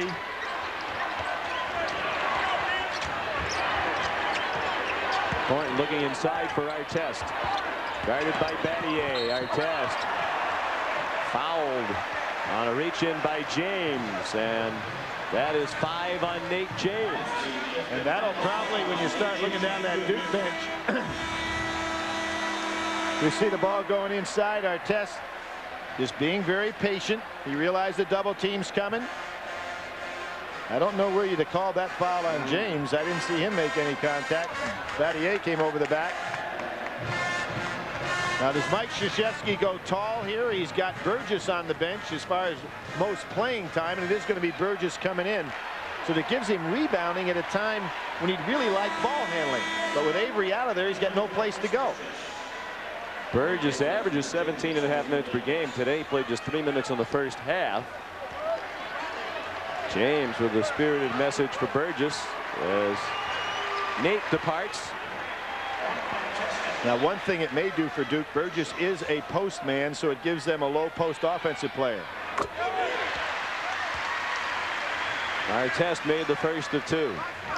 Remember the difficulty Duke had getting the ball inbounds. Yes. This is what's going to come up right now. They want to get Trajan Langdon coming off a screen, catching the ball in the inbounds.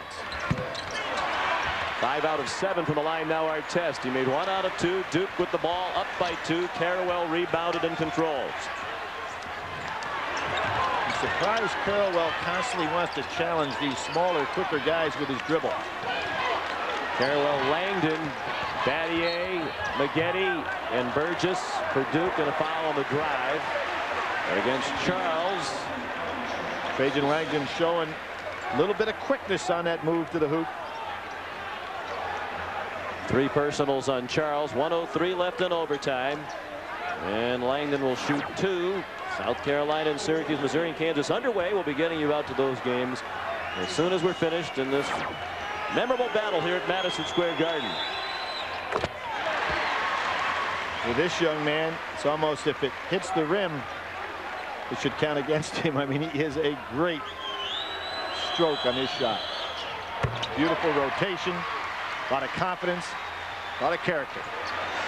He's 7 out of 8 from the line today. Now it's a 2-possession game. Duke by 4. Under a minute left in overtime. Thornton buries another 3.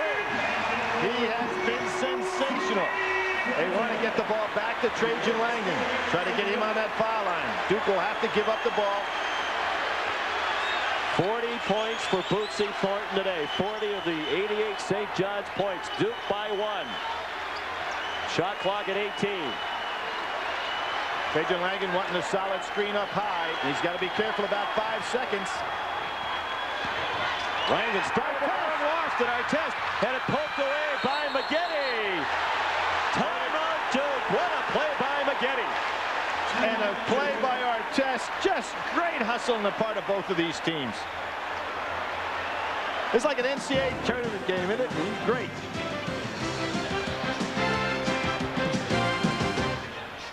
Done to Billy Packer back at Madison Square Garden in overtime. It's Duke leading by 1. They had a 3-point lead in the last seconds of regulation time when Ron Artest hit this shot to force the extra session. And that came up with a sideline out of bounds interception. And Duke's got the same play right now. They've got Trajan Langdon down in the baseline. Now he's going to try to curl off some people to get this ball. Here come the solid screens. Deep in the backcourt. Are they going to foul the freshman? They don't get a chance. Now they foul Carrawell, and if that's Artest, he's out of the ball game. Barkley raised his hand to say it was on me, but Larry Rose called it on Artest. Boy, I'm really surprised that Duke didn't break Trajan Langdon long there to let him have the inbounds pass, because you almost had a situation where it put the freshman on the foul line. Now Artest did not want to foul. Barkley gets there a little late, and there's the reach in by Ron Artest, who had a sensational basketball game here today. 22 points and 3 rebounds, and he sat out about 8 minutes of the second half with foul trouble. Meanwhile, Bootsy Thornton kept them in the game and then some while Artest was out. He has 40 points today, the first St. John's player to score 40 in a game since Malik Sealy on November 24th of 1990, when he set a school record for a St. John's player by scoring 43 at Alumni Hall against much lesser competition than Thornton has faced today. That was against Central Connecticut State in the finals of the Lapchick tournament. So Bootsy Thornton with 3 more points would tie the St. John's record for points in a game. Well, the all-time St. John's record goes all the way back, and this is kind of surprising, 1950. Against St. Peter's, Bob Zawalik had 65. So we talk about that Assembly Hall type records, and then we got Garden records, and you get St. John's records. So in any case, he's had a tremendous game. Carrawell at the line. Mike Jarvis at the scorers table, unhappy about something. His assistants are also over there. No, he's saying that it was Maggette that should be shooting the free throws, I think. No, it was Carrawell. But it was Carrawell. Yes, it certainly was. Yeah, Carrawell's the one who was fouled. Remember, he got the ball from Maggette and then came through the pack. So they have the right man on the line. Now Mike Jarvis wants to call his timeout. Trying to freeze the shooter here. And Tim Higgins is going to give him the timeout. That's his last timeout. You know, you might think that he wants to go ahead and decide exactly what his team's going to do in these situations. Duke by 2, and Chris Carrawell has another free throw remaining. The team fouls are the second half and overtime totals, not the game totals, although on another day they would be game totals. Here's the play that Mike Jarvis, he thought that the foul was called on Maggette, but it obviously was not. It was Carrawell who came through the double team. There's the foul being called. So Mike Jarvis felt that Maggette should be on the line. The officials were all over it. Carrawell on the line for the second of 2. Yeah, I don't know why you'd argue that point, because Carrawell's a 58% free throw shooter and Maggette is 78%. Well, maybe he figures a freshman might not be able to stand the pressure as well. But the officials were correct on that one. They have been through much of the day. It hasn't been an easy game to officiate. A lot of whistles, but they've been consistent anyway. Duke backs off. How about Barkley on a drive, keeping the dribble alive? They could use a three here, down by 3 with 10 seconds to go. Barkley forces one up. No, rebound, and a huge one by Carroll, and he's fouled coming out of the pack. Now, Barkley did the right thing. He kept the ball in his hands. He's the guy that can go ahead and be in the best position of what's left on the floor. Even though Thornton has had the big game, with that amount of time, I think Barkley did the right thing. Keep the ball in his hands, drive, take the three-pointer. Think back to what Mike Jarvis said yesterday. He said, no matter what, this is really a no-lose situation for us tomorrow. It's a national TV, full house, #2 team in the country. He thinks Duke's the most talented team in the country. He said, we're not expected to win. If we do, it's a bonus. If we don't, we play well. We pull something out of it. And no matter what happens today, I think his team made a statement. They are a legitimate top 10, top 15 team in the country. Well, with 4-2 to go, they still got a chance. Especially after that miss. That's right. They still have a chance. Carroll missed the first of 2. Now, the one thing Mike has to do is for these fellas not to take any satisfaction out of this ball game, because they've got back-to-conference tough games coming up. They'll have Connecticut in here next Sunday after going to Syracuse. That was a huge make. Now it's a 4-point game. Barkley missed a 3 at the buzzer, and Duke survives in overtime. 14 straight wins for the Blue Devils as they go to 19-1. And St. John's is now 16-4.